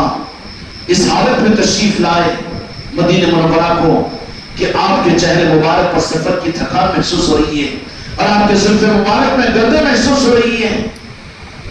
حضرت عبداللہ ابن عباس جو صحابی ہے, مفسر قرآن ہے, انہوں نے کہا کہ یا رسول اللہ آپ ایسے تھکی ہوئی حالت میں کہاں تشریف؟ ارے میرے مصطفیٰ تو جہاں چاہے وہاں چلے جائے, کیونکہ مالک ہے, وہ کہیں جانے سے کوئی روکنے والا نہیں. مالک ہے, وہ ہندوستان کو چل جائے, عادل آباد کو آ جائے, کہیں اور پہنچ جائے, یا کہیں اور پہنچ جائے, میرے آقا تو مالک ہے. مالک کو روکنے والا کون؟ یہ ڈنڈو پنجو. امام حسین تو جہاں کے مالک میرے آقا کی اس حالت کو دیکھ کر حضرت عبداللہ ابن عباس رضی اللہ عنہ نے پوچھا کہ اس حالت کے اندر میں آپ کی یہ بے قراری, کہا کہ میں مقتل حسین سے آ رہا ہوں، میری امت میرا کلمہ پڑھنے والوں نے میرے نواسے کو شہید کر دیا، اس مقتل کی مٹی کو اٹھا کر لا رہا ہوں۔ دو جہاں کے مالک موجود تھے، اور وہی میدان کربلا کے اندر میں 10ویں محرم اور ظہر کی نماز کا آخری وقت، اس وقت میں امام حسین علیہ السلام اپنے اس پیے ہوئے دور کا وعدہ نبھانے کے لیے میدان کربلا کے اندر میں ہیں۔ کیا حالت اور کیا نظام تھا ہوگا امام حسین علیہ السلام کے اس قافلے کا میدان کربلا میں، کہ کس طریقے سے شہداء کربلا کی عظمت قرآن نے وَلَا تَقُولُوا لِمَنْ يُقْتَلُ فِي سَبِيلِ اللَّهِ أَمْوَاتٌ بَلْ أَحْيَاءٌ وَلَكِنْ لَا تَشْعُرُونَ، یہ فرما دیا کہ ان شہیدوں کو تم مردہ مت کہو بلکہ وہ زندہ ہے کہ تم اس کا شعور نہیں رکھتے ہو۔ تو بدبختوں مولا حسین علیہ السلام کا شعور کو حاصل کرنے کے لیے یاد حسین کی محفلوں کو سجاؤ تاکہ مولا حسین خیرات میں کچھ تو دین کا صحیح شعور تمہیں ادا کرے۔ کتابوں سے شعور نہیں ملتا، تقریروں سے نہیں ملتا، مولویوں سے نہیں ملتا، تفریقوں جماعتوں سے نہیں ملتا، وہ تو یاد حسین سے ملتا ہے، اہل بیت سے محبت کرنے پر ملتا ہے، اور اولیاء کے غلام بننے پر ملتا ہے۔ شعور ملتا یہاں، علم کے لیے وہاں پہنچا۔ علم شعور نہیں ہے پاگل، علم رکھے کتنے گمراہ ہو رہے۔ تیرے شریعت کا، تیرے بخاری اور مسلم کا علم تو تجھ سے بھی زیادہ وہ منافقین کو جو عیسائی اور یہودی اسلام کے خلاف میں عالموں کو تیار کر رہے ہیں امریکہ کے اندر میں اور کینیڈا کے اندر میں، ان کے پاس میں علم زیادہ ہے، علم الگ ہے، شعور الگ ہے۔ شعور تو اہل محبت کو دیا جاتا ہے، علم تو چاہے کتابوں سے، ابھی کتابوں کی تو ضرورت نہیں ہے نا، یہ سیل کی مشین ہے نا کہ کہیں بھی کچھ علم ہونا نکالو علم کرو وہ ساری کتابیں سامنے آ جائے گی نا جی۔ علم ہے یہ، تقریروں میں کسی بھی مولانا کی تقریر عنوان کے اوپر لگا دو، مولانا طاہر جمیل کی بھی سنو، کہ علامہ صاحب کی بھی سنو، کہ شفیع صاحب کی بھی سنو، کہ رحیم صاحب کی بھی سنو، اور جس کی سننا ہو سن لو نا۔ علم ہے وہ، شعور نہیں ہے، بصیرت نہیں ہے، نور نہیں ہے۔ اس کو تم بصیرت اور علم اور اثر یہ مت کہو، وہ تو صرف اور صرف علم ہے۔ امام حسین علیہ السلام کو تیار کیا اور کس طریقے سے میدان کربلا میں پہنچے۔ چلتے ہی چل رہے ہیں، آگے چلتے ہی چل رہے ہیں اپنے قافلے والوں سے۔ روزانہ کیا تربیت کا قافلہ تھا وہ، جو چہلے پہلے ہیں اہل بیت مدینہ منورہ سے ساتھ میں، جن میں عورتیں بھی ہیں، معصوم بچے بھی ہیں، افراد خاندان بھی ہیں۔ دن بھر چلتے، رات میں عشاء کی نماز کے بعد میں ان لوگوں کو اپنے قافلے کے اندر میں بٹھاتے، قریب کرتے، تعلیمات عطا فرماتے ہیں، اور وہاں پر روحانیت اور علم کی تربیت کا نظام چلتا۔ اب عشاء کے بعد میں ہم بھی تو بیٹھے نا کو یاد کرنے کے لیے، خیرات اور بھیک مانگنے کے لیے، کیا ادا نہیں کریں گے وہ؟ لیکن وہ جو سفر ہوا تھا مولا حسین علیہ السلام کا اپنے خاندان اور قبیلے کے ساتھ میں، جہاں رات ہو جاتی وہاں پر پڑاؤ ڈالتے اور پھر سب کو جمع کرتے اور پھر ان کے سامنے آل علی اور اولاد علی کے نظاموں کو رکھتے، قرآن و حدیث کی تربیت کے نظاموں کو۔ ان کی ہمتیں اور جرات اتنی آگے بڑھتی چلی جاتی کہ پھر دوسرے دن صبح ہوتی، ذرا جا کے آتے ان کے پلٹنے والا قوم ایک بھی نہیں تھا اس میں، بلکہ جب مولا حسین علیہ السلام نے میدان کربلا میں پہنچنے کے بعد میں آٹھویں شب کی آج کی رات کے اندر میں جو سبوں کی تعداد میں تھے، ان کے سامنے عشاء کی نماز کے بعد میں آپ نے خطبہ ارشاد فرمایا اور فرمایا کہ دیکھو یہ کربلا وہ مقام ہے جس کی نشاندہی میرے نانا نے فرما دی، اور یہاں پر میں واپس نہیں ہوں گا، بلکہ یہاں پر جو کچھ ہوگا میں جانتا ہوں، میرے نانا جان نے مجھے بتا دیا ہے، اور انجام کو اگر دیکھتے ہو تو انجام تو شہادت ہے۔ اب اس کے بعد عشاء کی نماز کے بعد میں سارے مجمع کے سامنے بات ارشاد فرما کر فرمایا کہ تمہاری نجات اور تمہاری جنت کا مسئلہ نہیں ہے، میں ذمہ داری لیتا ہوں کہ جن کو واپس جانا ہو میں چراغوں کو گل کر دوں گا، اور جو واپس جانا چاہتے ہو اپنے بیوی بچوں کے اندر، اپنے وطن کے اندر میں زندگی گزارنا چاہتے ہو، لالچ میں تو ہمارے ساتھ میں آؤ، تو لالچیوں کو اپنے ساتھ میں لے کر نہیں چلتے۔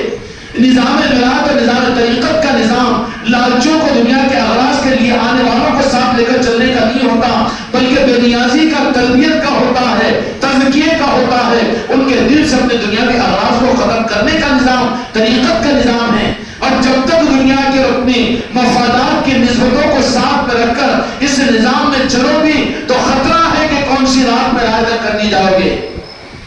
امام حسین علیہ السلام نے موقع دیا، چراغوں کو بجھا دوں گا اور میں نماز کی رکعت باندھ لوں گا، جن کو جانا ہو نکل جائے، اور پھر فکر نہیں کرنا کہ آخرت میں کیا ہوگا، کیونکہ جہنم کا بڑا خوف ہوتا ہے نا۔ نہیں، تم یہاں تک میرے ساتھ میں چلے ہو۔ یہ 8ویں محرم الحرام کی رات کے عشاء کے بعد کا آپ کا خطبہ تھا، اور کیسا خطبہ میدان کے اندر میں اہل بیت اطہار کی معصوم اور عورتوں کے اور وہ مقدس قافلے کے سامنے۔ اسی کی تو نقل مل رہی ہے نا مجھ کو اور آپ کو، بیچارے جو سوئے ہوں گے اپنے گھروں کے اندر میں محروم ہیں، محروم علل۔ اچھا سوتے بھی کہاں، سلا ہاتھ میں ہو گیا، بیوی نظروں کے سامنے ہوگی، بدنصیبی ہے ان کی۔ لیکن آج یہ اللہ تعالیٰ کا شکر اور میرے خواجہ خواجگان کا کرم ہے کہ اس سنت کو جو مولا حسین علیہ السلام کی اصل سنت ہے، اس کے ادا کرنے کا موقع ہم غلاموں خانقاہ محمدیہ میری نصرتی والوں کو ادا کیا کہ وہی عشاء کے بعد میں 8ویں محرم الحرام کو میرے مولا حسین علیہ السلام نے خطبہ دیا اور کہا کہ آج چھٹی ہے، کیونکہ کل کے بعد میں حالات اور ناگزیر ہو جائیں گے، ہماری طرف سے رخصت ہے، تم چلے جاؤ اور اپنی زندگیوں میں خوشیوں سے زندگی گزارو، خوب دنیا میں موج و مستی کرو اور جنت کے بارے میں فکر نہیں کرنا۔ یہاں تک آئے ہو تو ہمارے ساتھ میں یہاں تک چلے ہو، لوگوں کی نظروں میں کھٹکتے ہوئے کانٹے بنے ہو، کوئی بات نہیں، اس کا بدلہ قیامت کے میدان میں نانا جان سے دلا دیں گے تمہیں کہ تمہارے لیے شفاعت کر کے تم کو جنت میں پہنچا دیں گے۔ اب جن کو جنت کی خواہش ہوگی، چلو یہ بھی مل رہا وہ بھی مل رہا، ہو رفو چکر، یہ پیران کامل کے نظام کے اندر میں ہوتا ہے۔ یہ وہاں پر ان کی خواہش کے مطابق موقع دے کر ان کو رخصت کرا دیا جاتا ہے کہ جو چلنے والے ہیں ان کی پہچان کے لیے، اور جو بھاگنے والے اغراض والے کو بھگانے کے لیے انتظام کیا جاتا ہے کہ جنت میں تم کو ہم شفاعت کروا کر پہنچا دیں گے۔ لیکن کل سے حالات نازک ہوں گے، ارے ہم ذلیل ہو رہے ہیں، ہم ذرا یہ ہو جا رہے، وہ ہو جا رہے، بچنا چاہ رہے ہیں، اور بچنا چاہ رہے، بچنے والوں کے لیے پورا موقع دیا جائے گا۔ میرے مولا نے چراغوں کو گل کروا دیا، تو پھر ان کے غلاموں کو چراغوں کو سلگا کر زبردستی چہروں کو دیکھ کر روکتے نہیں ہیں، بلکہ تو جان بوجھ کر جانے والوں کے لیے موقع دینے، راستہ بنانے کے لیے چراغوں کو گل کرتے ہیں۔ یہ حسینی سنت ہے یہ، کیونکہ اہل دل اور جو قربان ہونے والے چاہتے ہیں انہی کو وہ اپنا بناتے ہیں۔ چنانچہ 8ویں محرم الحرام کو امام حسین علیہ السلام نے یہ بات فرما دی اور فرما کر کہا کہ کل سے حالات بہت خراب ہو جائیں گے، تم لوگ چلے جاؤ، اور تم کو جنت کا بھی مسئلہ نہیں، جنت ہی چھوڑنا ہے نا، ہم مالک ہیں، جنت میں ہم پہنچا دیں گے، چلے جاؤ، اتنی محبت کرو گے تم کو جنت دے دیں گے۔ لیکن بیچاروں کی وہ جنت کتنی سونی ہوگی جو مولا حسین کو چھوڑ کر چلے گئے اپنے بیوی بچوں میں، ویران جنت ہوگی نا، افسوس کی جنت ہوگی ان کی۔ اور جو آگے بڑھ کر مولا حسین کے قدموں کی جنت کو اختیار کیا، خدا کی قسم آج ہم ان کو علیہ السلام کہتے ہیں۔ یہ عظمتیں ملتی ہے وہ ہمتوں ارادوں کے اوپر۔ موقع دے دیا گیا، جب سلام جب پھیرے تو 8ویں محرم الحرام کی عشاء کی نماز کے بعد میں تو دیکھا کہ جو مدینہ پاک سے جو لوگ چلے تھے وہی لوگ باقی سب فائدہ اٹھا کر کہا کہ نکل جاؤ، چلے جاؤ، اجازت دے دی۔ نہیں میرا مرید ہے تو میرے سے چپک کے رہنا، میں چپک نہیں، بندر تھوڑی ہے وہ فوٹو کو چپکا کے رکھنے کے واسطے، راستے کھلے ہوتے ہیں، جانا ہو چلے جاؤ۔ موقع دے دیا جاتا ہے وہاں پر جو ہمت اور عزم والے ہیں، جو تربیت کے لیے ہیں اور جو اپنے تزکیے کے لیے ہیں، ان کو وہ چپکا کر ان کو ان کی منزل پر پہنچاتا ہے۔ مسئلہ گزر گیا اور حضرت حر بن لشکر کو لے کر پہنچ گئے۔ عمر ابن سعد نے ایک سخت حکم دے دیا اور کہا کہ تم نرمی کا مسئلہ اختیار کر رہے ہو، اہل بیت کی محبت تمہارے اندر میں ہے، تم کو معذور کرتے ہیں، عمر ابن سعد کو تمہاری جگہ مقرر کرتے ہیں۔ وہ جب میدان کربلا کے اندر میں 8 محرم کو آیا لیکن امام حسین علیہ السلام کے چہرے کو دیکھ کر وہ بھی صفر ہو گیا، کیونکہ جانتا تھا یہ نواز رسول ہے، اور ان یزیدیوں کی رشتہ داریاں بھی تھی مدینے والوں سے۔ سامنے آتے تو شرمندہ، لیکن مجبوری کیا کہ مجبوری بات کی عزت اور یزید کی طرف سے دیے ہوئے وہ انعامات کی لالچ اور حکومت اور اقتدار کا نشہ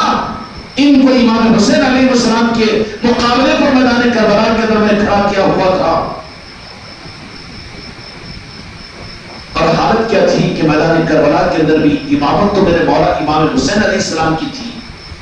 اذانیں ہوتی، نماز کی جماعت قائم ہوتی، یزیدی لشکر ادھر کو کھڑا ہوا اور ادھر کو امام حسین علیہ السلام کی اذان، اور جیسے ہی اقامت ہوتی تو یزیدی نکل کر آ کر امام حسین علیہ السلام کے سامنے اور آپ کے پیچھے آ کر نماز کو ادا کرتے اور یہ کہہ دیتے، یہ ثابت کرتے کہ نماز جیسا عمل امام حسین کی امامت کے بغیر کسی اور کے پیچھے ہمارا قبول نہیں ہوگا۔ آ کے نماز پڑھتے اور نماز پڑھنے کے بعد میں فوراً کہتے جلدی چلے جاؤ، یہاں مت رہو، کیوں کہ یہاں پر رہو گے نا تو ان کی باتوں میں، ان کی نظروں میں جادو ہوتا ہے، جاؤ خانقاہ میں نماز پڑھ لو لیکن پچھلے کو نکل کر بھاگ جاؤ، ذکر میں وہاں کی محفلوں میں نہ رہو۔ ہوتا ہے کہ نہیں ہوتا؟ سب اچھا ہے وہاں پر مگر یہ مجلسوں میں نہیں ٹکنا، کیوں؟ ٹھیک تو پھر جادو ہو جائے گا، کوئی اثر ہو جائے گا۔ یہ میدان کربلا میں تانا دیا ان لوگوں نے، یزیدیوں نے۔ جماعت کی نماز ہوتے ہی فوراً اپنی یزیدی فوج دوسرے فوجوں کو لے کر چلو۔ اب ان کے خطبے کو اگر تم دیکھو گے اور ان کے پاس میں اگر تم بیٹھو گے، ان کے نظام کو اگر قریب سے دیکھو گے تو تم بھی انہی کے جیسے ہو جائیں گے، لہذا نماز مجبوری کے لیے پڑھو، نکل جاؤ۔ تو کوئی حماقت نہیں کر رہا ہوں لیکن رخ بتا رہا ہوں میدان کربلا کا۔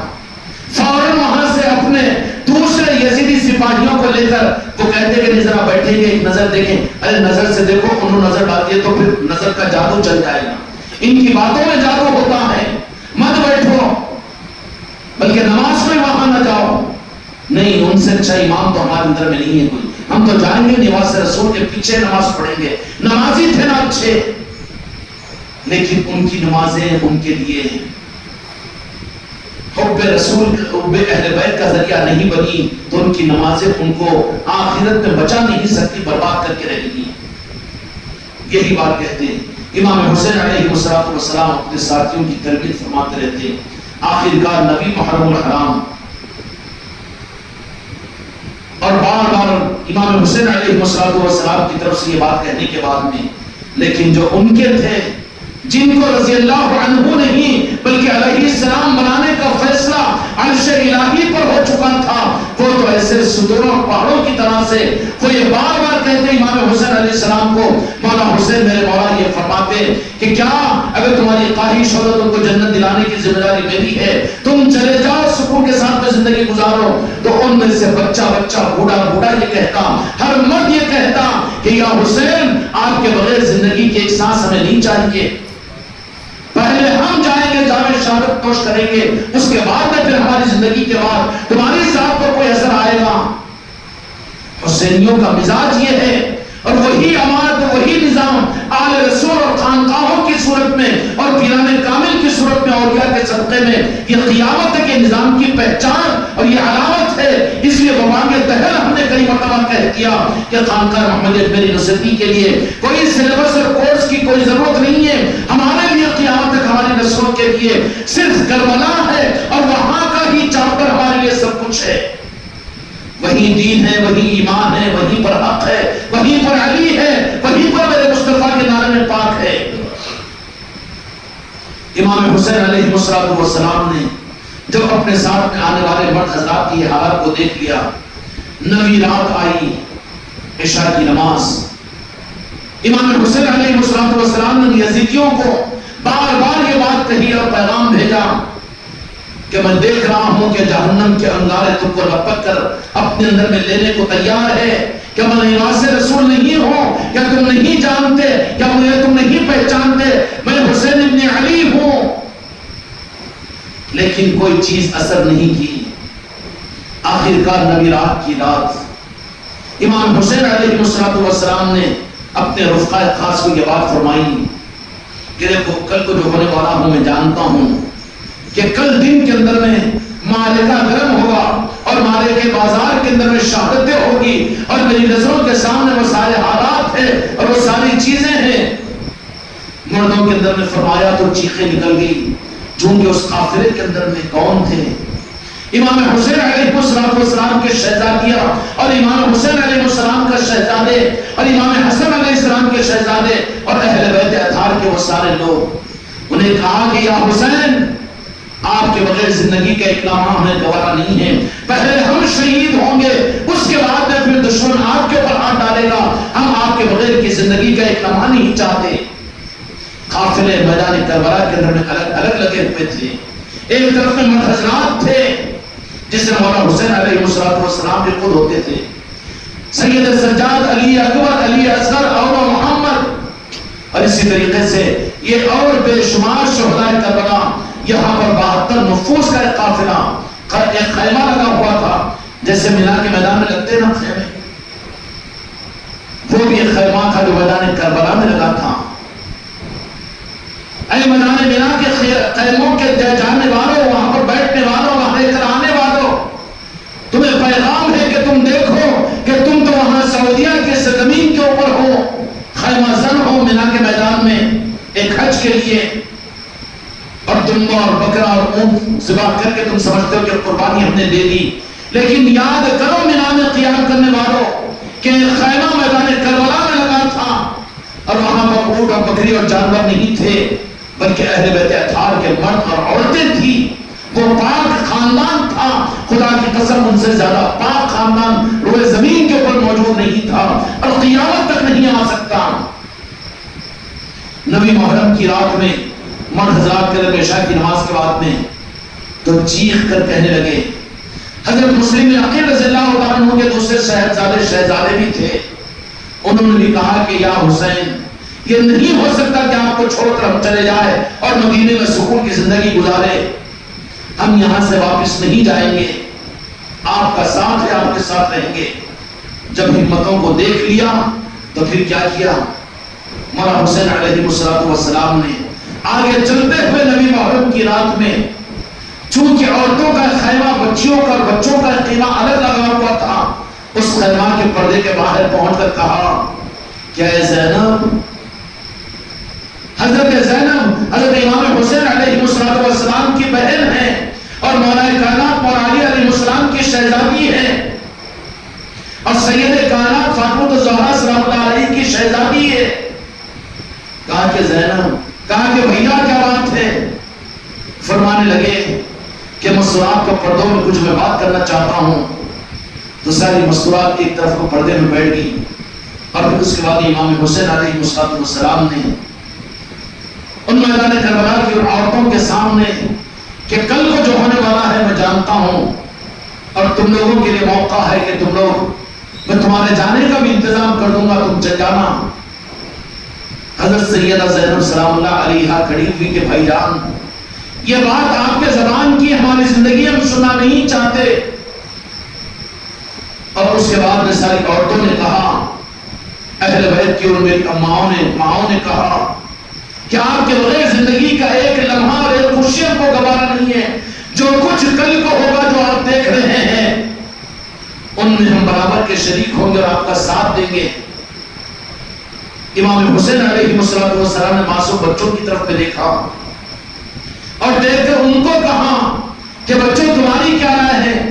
ان نے کہ معصوم بچے، انہوں نے بھی یہ بات کہی کہ جو کچھ بھی ہوگا ان حالات کو چھوڑ کر ہم جانے والے نہیں ہوں گے، اپنی جان کا نذرانہ آپ کے لیے دینے والے ہوں گے. بچوں کے ان جذبات کو دیکھا تو مولا حسین علیہ السلام کے آنکھ بار ہوئے اور اہل بیت اطہار کر وہ خیمے کے اندر میں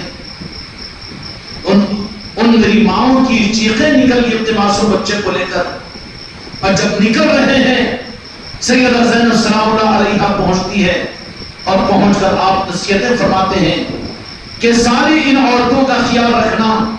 اے زینب تمہارے حوالے کر کر جا رہا ہوں. اور اسی کے ساتھ میں پھر یہ بات بھی فرمائی کہ معصوم بچوں کا بھی خیال کرنا کہ علی اوسط بھی ساتھ میں ہے اور یہ بھی ساتھ میں، یہ بھی ساتھ میں ہے، اور ان میری معصوم بچوں کا بھی خیال رکھنا. اور بالخصوص حضرت سکینہ سلام اللہ علیہ کی طرف متوجہ ہوئے کہ جو حضرت سکینہ سلام اللہ علیہ جو امام حسین علیہ السلام کی اتنی چہتی اور 3.5 سال کی عمر کے اندر میں خدا کی قسم چاند و سورج بھی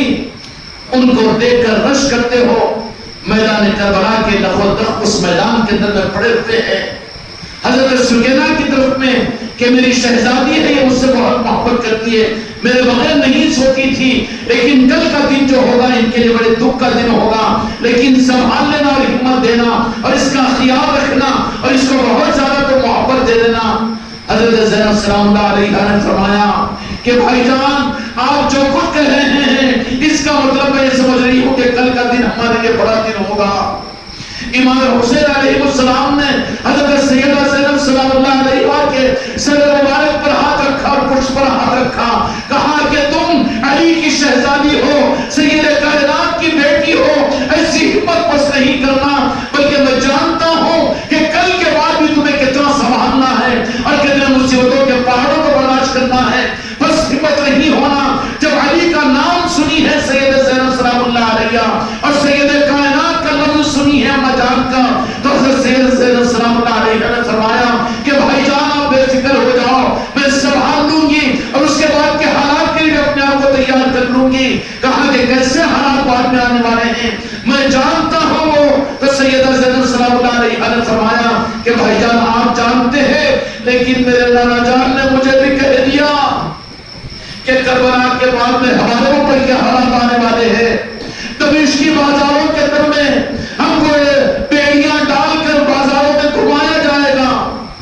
اور دمشق کے بازاروں کے اندر ہمیں ذلیل کرنے کی کوشش کی جائے گی، ہمارے چادروں کو کھینچا جائے گا، کوئی رحم کرنے والا نہیں ہوگا۔ مجھے بھی میرے نانا جان نے یہ بات بتا دی اور میری اما جان سید فاطمہ الزہرا سلام اللہ علیہ نے بھی دودھ پلاتے ہوئے کھانا کھلاتے ہوئے مجھے یہ سارے حالات سے آگاہ کر دیا ہے، میں غافل نہیں ہوں۔ بھائی جان آپ ہمت کے ساتھ میں جو مرضی ہے خدا کی اور میرے مصطفیٰ کی اس میں آگے بڑھتے رہو، ہماری فکر نہیں کرنا، ہم تمہارے ساتھ میں ہیں۔ یہ کن کے ہے، کن کے الفاظ جو بعد کے حالات کی آگاہی میں رکھتی ہو۔ میری بچیوں اور میرے مریدین اور میرے مریدان، تمہیں تربیت کے لیے نمونہ اگر بنانا ہو تو بہت عظمت والا مقام سید کائنات کا، لیکن سیدہ زینب سلام اللہ علیہ کو اپنا نمونہ بناؤ کہ کہاں پر محبت کے تحفے گھروں کے محلوں میں نہیں، نذرانوں اور ہدیوں میں نہیں، بلکہ میدان کربلا کے اندر امام حسین علیہ السلام کو دے کر ڈھارس بتائی کہ آپ فکر مت کیجئے، ہم پیٹ پھیر کر بھاگنے والے نہیں ہیں، بلکہ بعد کے حالات کو بھی ہم اپنے پر سنبھال لیں گے اور لے لیں گے، اور ہم بے صبری کا شمار نہیں کریں گے اور اس کا اظہار نہیں کریں گے۔ حضرت زینب سلام اللہ علیہ کا معاملہ، یہ ہمت کا سنہا تو اپنی شہزادی کو حوالے کر کے امام حسین علیہ السلام جو منظر کو دیکھ رہے ہیں کربلا کے اور اپنے قافلے کے حالات کو دیکھ رہے ہیں، کیا گزر رہی تھی ہوگی، 2 دن سے 3 دن سے پانی بند ہے، کھانے کا کوئی نظام نہیں، نقاہت اور کمزوری میں معصوموں کے بلکتے ہوئے وہ حالات اور معصوم اور شیرکاروں کی اور پیاس کی شدتیں اور اپنے قریب نوجوانوں کی علی اکبر کا معاملہ ہو، اسی طریقے سے عباس علمبردار کا معاملہ ہو اور قاسم کا حضرت قاسم کا معاملہ ہو کہ جو خدا کی قسم حضرت عباس علمبردار تو وہ تھے کہ مدینے میں مشہور تھے کہ دنیا کے مالک میرے آقا محمد رسول اللہ صلی اللہ علیہ وسلم کے ہم شبیہ تھے۔ مولا حسین علیہ السلام دیکھتے تو دنیا کے مالک میرے آقا یاد آ جاتے اور دیکھ رہے ہیں کہ ان کو میدان کربلا کے اندر میں کل کیا ہوگا۔ یہ سب کچھ برداشت کیا، امت کے لیے اس سے بڑی کوئی لیبارٹری، اس سے بڑی کوئی یونیورسٹی اور اس سے زیادہ اسلام کے ملنے کا راستہ، اس سے زیادہ حق کا حق والوں کو ملنے کا راستہ خدا کی قسم کربلا سے بڑھ کر نہ کسی کی کتاب ہو سکتی ہے، نہ کسی کا دارالعلوم ہو سکتا ہے، نہ کسی کا پیر ہو سکتا ہے، نہ کسی کی تقریر ہو سکتی ہے، نہ کسی کا کوئی اور دینی نظام ہو سکتا ہے۔ اللہ تبارک و تعالیٰ اس سے ہم کو فیض حاصل کرنے کی توفیق عطا فرمائے۔ اس لیے میرے بچوں ان محفلوں کے انعقاد کا موقع مولا حسین نے تم کو عطا فرمایا، اور مولا حسین ہی کی وہ شفقتوں کا راز ہے کہ تم کو اور ہم کو بھی خاندان چشتیہ کا غلام بنایا۔ کس کا؟ خاندان چشتیہ کا غلام بنایا۔ اپنی قسمتوں پر ناز کرو، مولا حسین علیہ السلام کی بارگاہ میں سجدہ کرو کہ مولا حسین ہم گئے، ہم کہاں، لیکن آپ نے اپنی نسبتیں ہم کو عطا فرمائی، اپنی چوکھٹ عطا فرمائی، اپنا نظام عطا فرمایا اور خاندان چشتیہ کا فرد بنا دیا۔ اللہ تعالیٰ نسبتوں کے ہمیں قدر کی توفیق عطا فرمائے۔ جب نظام ان کا ٹھہرا، جب آئیڈیل و نمونہ کلمہ ٹھہری، اور جب اہل بیت کی محبت اور ان کے حالات ٹھہرے، تو پھر اب جب ان کے ہیں تو ان کا ہونے کا ثبوت بھی تو دینا پڑے گا۔ اس لیے حالات آئیں گے، مخالفتیں ہوئے گی، اپنے بھی ساتھ چھوڑیں گے، اور پھر اچھے ہوتے ہوئے بھی برے کے فتوے لگیں گے، لیکن گھبرانے والے وہ اہل بیت کے غلام نہیں ہوتے، بلکہ یہ حالات ان کو اور مضبوط بنا کر آگے بڑھاتے ہیں۔ اور مقصد کیا کہ اپنی زندگی میں اپنی جان کا نذرانہ مولا حسین کے قدموں اور اہل بیت کے قدموں پر پیش کر کے ہم تو فارغ ہو جائے، پرندہ پھڑپھڑاتے ہوئے اڑ جائے گا، اور جو اس حالت میں اپنی زندگی کو گزارے گا، ان کے نظاموں کو اپنی زندگی کا مقصد بنائے گا، تو پھر ایسوں کو اس پرندے کے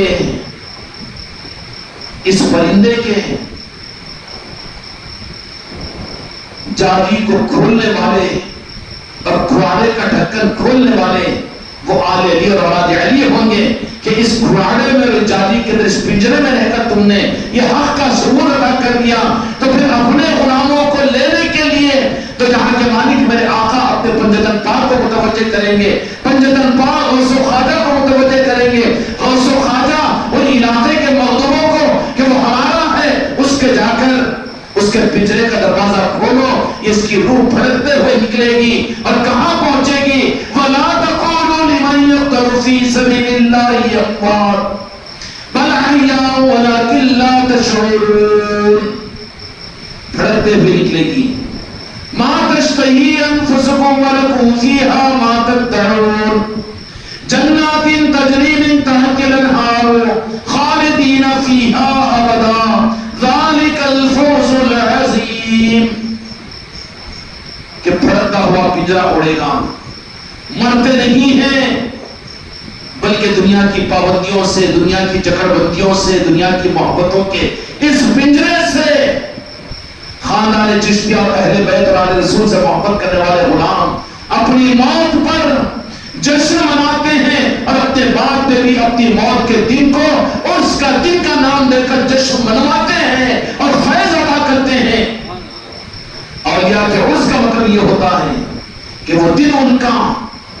کہ جس دن میرے سلطان خواجہ خواجگان کو اس دنیا سے پردہ ہونے کا دن تھا، یہ کیوں تھی چھٹی شریف کو یا سوا کی محفل ہو رہی اور یہ چھٹی شریف کا اہتمام ہو رہا، تجھے کہاں سمجھ میں آئے گا بچے؟ تو پٹری سے اترا ہوا، تم کو کہاں سمجھ میں آئے گا؟ کیوں کہ میرے خواجہ خواجگان سلطان ہند 92 سال تک جو محبتوں میں انسانوں میں اپنے مریدوں کے درمیان، اپنے خلیفاؤں کے درمیان پنجرے میں جکڑے ہوئے تھے، اعمال کی پابندیاں اور شریعت کا لزوم، طریقت کے نظام، ان سب کے پنجرے میں اللہ کے مقبول بندے جکڑے ہوئے ہوتے ہیں۔ اور اس دن پنجرے کا دروازہ کھولنے کے لیے کربلا سے مولا حسین تشریف لا لیتے ہیں، اور نجف اشرف سے مولا علی تشریف لا لیتے ہیں، اور مدینہ پاک سے ہوتا ہے تو اپنے شہزادوں کو لینے کے لیے دو جہاں کے مالک تشریف لا لیتے ہیں۔ اس لیے چھٹی رجب کو اجمیر شریف میں ان کے خلفاء کے اندر میں 10 آدمیوں نے بشارت میں دیکھا کہ دو جہاں کے اس زمانے کے اولیاء نے سمرقند اور بخارا کے اندر میں دیکھا کہ مدینے والے آقا دو جہاں کے مالک محمد رسول اللہ صلی اللہ علیہ وسلم اجمیر شریف میں تشریف لائے۔ ان لوگوں نے پوچھا کہ سرکار آپ کی یہاں تشریف آ گئی، تو کہا کہ اپنے شہزادے کو لے جانے کے لیے آئے ہیں۔ اور دوسرے دن پتا چلا عرس ہوتا ہے بابا، عرس سما ہوتا ہے، سما اولیاء کا نظام ہے، اولیاء کا نظام اپنے کو برباد کرنے کے لیے اپنی دماغ، اپنے علم کو ذریعہ بنا کر ان چیزوں کی مخالفت مت کر۔ کہا کہ لینے کے لیے آیا ہوں اپنے شہزادے کو، اور دیکھا کہ ساتھ میں مولا کائنات بھی ہے، مولا حسین علیہ السلام بھی ہے، مولا حسن علیہ السلام بھی ہے۔ کہا کہ یہ سب میرے شہزادے تھے تم، 92 سال کی عمر میں تم نے میرا مقصد پورا کیا، تو اس لیے تمہارا حق تھا کہ تم کو لینے کے لیے میں خود آ جاؤں۔ اس طریقے سے جہاں کے مالک اپنوں کو لینے کے لیے خود بھی آتے ہیں اور اپنوں والوں کو بھیجتے ہیں۔ یا رب العالمین ایسی مبارک اور پاکیزہ زندگی پر ہماری زندگیاں قربان ہوں۔ اللہ تعالیٰ ہم کو اور آپ کو راستہ اور وہ ذوق اور وہ ہمتیں عطا فرمائیں کہ اپنی بچی ہوئی زندگی کو مقاصد کے لیے ہم استعمال کریں اور ان کے نظاموں کی اپنی زندگیوں کو استعمال کر لیں۔ یہ کیا زندگی، کیا حیات، کیا صحت، کیا بیماری، کیا مال، کیا بیوی، کیا غریبی، کیا فاقے، کیا کھانا، خدا کی قسم کچھ نہیں ہے۔ اس کو بازو رکھ کر اس زندگی کا عزم ارادہ کرو کہ اہل بیت کی محبت، اولیاء کی نسبتیں اور ان کے نظاموں کا وہ نظام اللہ تعالیٰ تم کو اور مجھ کو، تمہاری میری نسلوں کو عطا فرمائے۔ انتظار کے دن ختم ہو گئے، کل تو مرکزی مجلس ہوگی، 10ویں کی شب ہوگی۔ اس کے اہتمام کے لیے 500 کلومیٹر دور سے تمہاری پیر بہنیں، خاندان چشتیہ کے افراد کل آپ کی مرکزی خانقاہ کو پہنچیں گے۔ پہنچنے والے مولا حسین کی بارگاہ میں پہنچتے ہیں، لیکن پہنچنے والوں کو جو نظر عنایت مولا حسین کریں گے، لیکن وہ مولا حسین ہے نوازنے والے کہ اپنے چاہنے پہ محبتوں کی نسبتوں کے اوپر ہندوستان اور عادل آباد کے اندر کے جو لوگ جمع ہوں ان پر بھی تو مولا حسین کی نگاہ کرم ہوگی۔ اس لیے کل کے دن کو معمولی دن مت سمجھو، اپنا پورا نظام بناؤ۔ کل کو آنے والے مہمان وہ مولا حسین کے مہمان ہیں، اہل بیت کے مہمان ہیں، ان کے نام پر آنے والے قابل قدر ہے۔ اس لیے ہر ایک کوشش کرو کہ جن کو جو ان آنے والے مہمانوں کو خود مہمان مت بنو، بلکہ جتنے حضرات ہیں، جتنی میری بچیاں ہیں، وہ آج فیصلہ کر کے اٹھے کہ کل آنے والے سارے مہمانوں کے ہم مہمان نہیں بلکہ ہم میزبان ہیں۔ آنے والے ان معزز مولا حسین کے نام پر آنے والے ان مہمانوں کی خدمت کو اپنی سعادت سمجھ کر اپنی تقدیروں کو چمکانے کے لیے اور ان کی نگاہوں میں آنے کے لیے کل آنے والے ہر مہمان کی قدر اور ان کے آنے والوں کی صحیح خدمت انشاءاللہ اپنی ذات سے کرنے کی کوشش کریں گے۔ اور مسرات بھی جو ہے میری بیٹیاں، میری مریدان، ان سارے آنے والے کل مہمان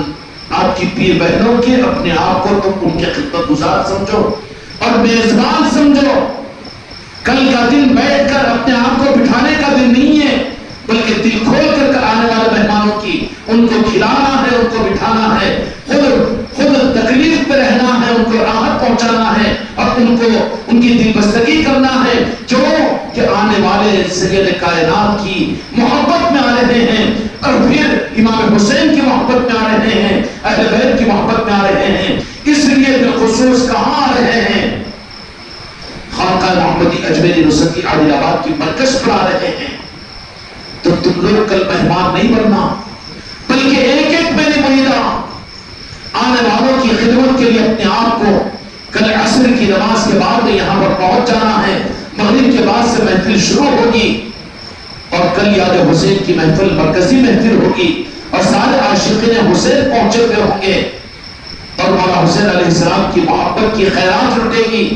پورا نظام چلے گا مغرب کے بعد سے لے کر عشاء کی نماز تک، اور اس کے بعد میں انشاءاللہ تعالی محمد رسول اللہ لنگر تقسیم ہوگا۔ لنگر کے بعد میں مولا حسین کی یاد کے کلام کی بھی ایک آدھ گھنٹے کی محفل ہوگی مرثیہ شریف کی۔ سنا تو سنا ہوگا کہ کوئی بات نہیں سنا نہیں، کل دن میں سنا ایک آدھ گھنٹہ، ہاں ہاتھوں پیروں میں درد ہو گیا کہ دواخانے میں ڈالے تو 3 گھنٹے بیٹا جاگتے ہوئے دواخانے میں نہیں گزارتا ہوں، کچھ نہیں۔ کل کی پوری محفل کے اندر پوری عصمت کے ساتھ میں ہم سب کو رہنا ہے اور آنے والوں کے خدمت گزار اور میزبان سمجھ کر اپنی جگہ سنبھال کر مت بیٹھو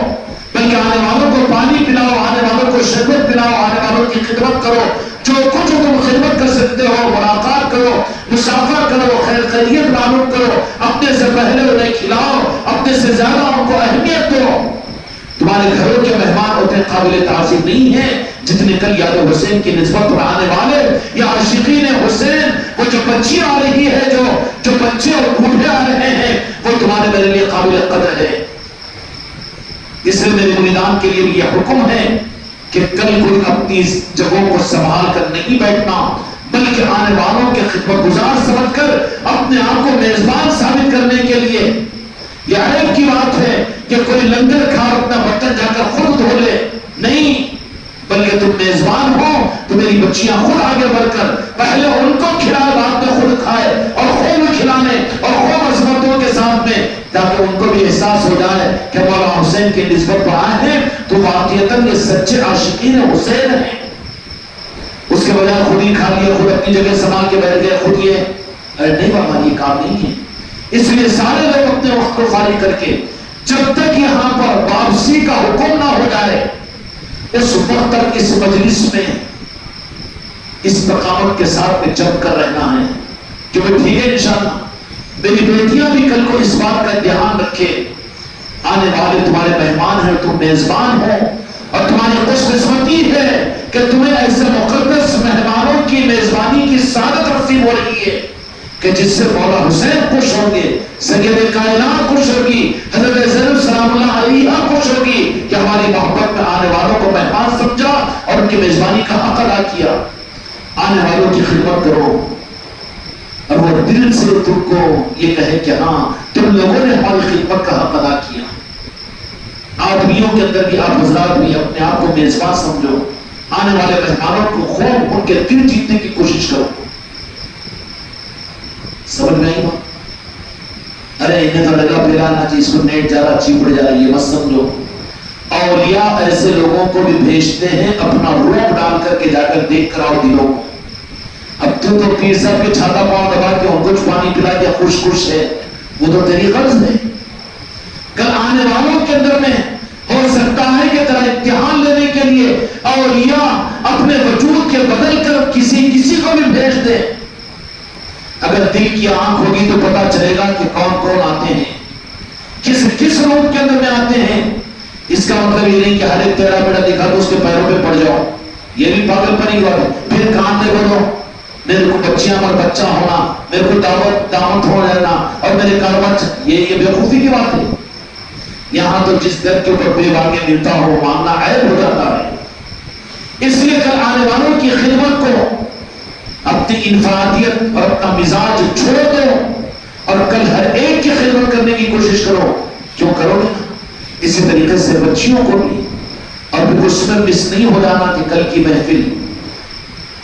اگر چھوٹ جائے تو زندگی وفا کرے گی تو اگلے سال نمبر آئے گا، لیکن کل کی محفل کے اندر میں اللہ کے واسطے کم از کم اپنے خاندان کو مت بھولو، اپنے رشتہ داروں کو مت بھولو. بولنے پر، فون پر اور میسج دینے پر اگر قابو میں نہیں آ رہے ہیں تو کل کی محفل کی نسبت ان کے پیروں پر ہاتھ رکھو، ان کو تیار کرو، کل کی محفل میں لے کر آؤ. دیکھا جائے گا تمہاری کتنی فکر ہے اور تمہاری کتنی محنت ہے اور کتنی جستجو ہے. یا اپنے پہ کا بوجھ اٹھانے کو فون پر کر دیا آ جاؤ اور مجلس سے اشتہارات تو لگ گئے نہ معلوم نہیں کہ تم کو وہ میسج کر دیا نہ، یہ نہیں، بلکہ کل اپنوں پر محنت کرو اور ایک ایک کو تیار کرو. کیوں کہ بڑی میراث تقسیم ہوتی ہے کل کی محفل کے اندر میں. پوری محفل تک رہنے کے لیے تیار کر کے اپنے خاندانوں کے اور اپنی آل اولاد کو، اپنے دوست احباب کو اور اپنے قبیلے والوں کو کل دن بھر محنت کر کے ان کو لے کر پہنچنے کی کوشش کرنا ہے. کرو گے نا انشاءاللہ؟ محروم مت ہو. اللہ تعالیٰ اس محفل کو بے انتہا قبول فرمائے. یا مولا حسین آپ کی محبت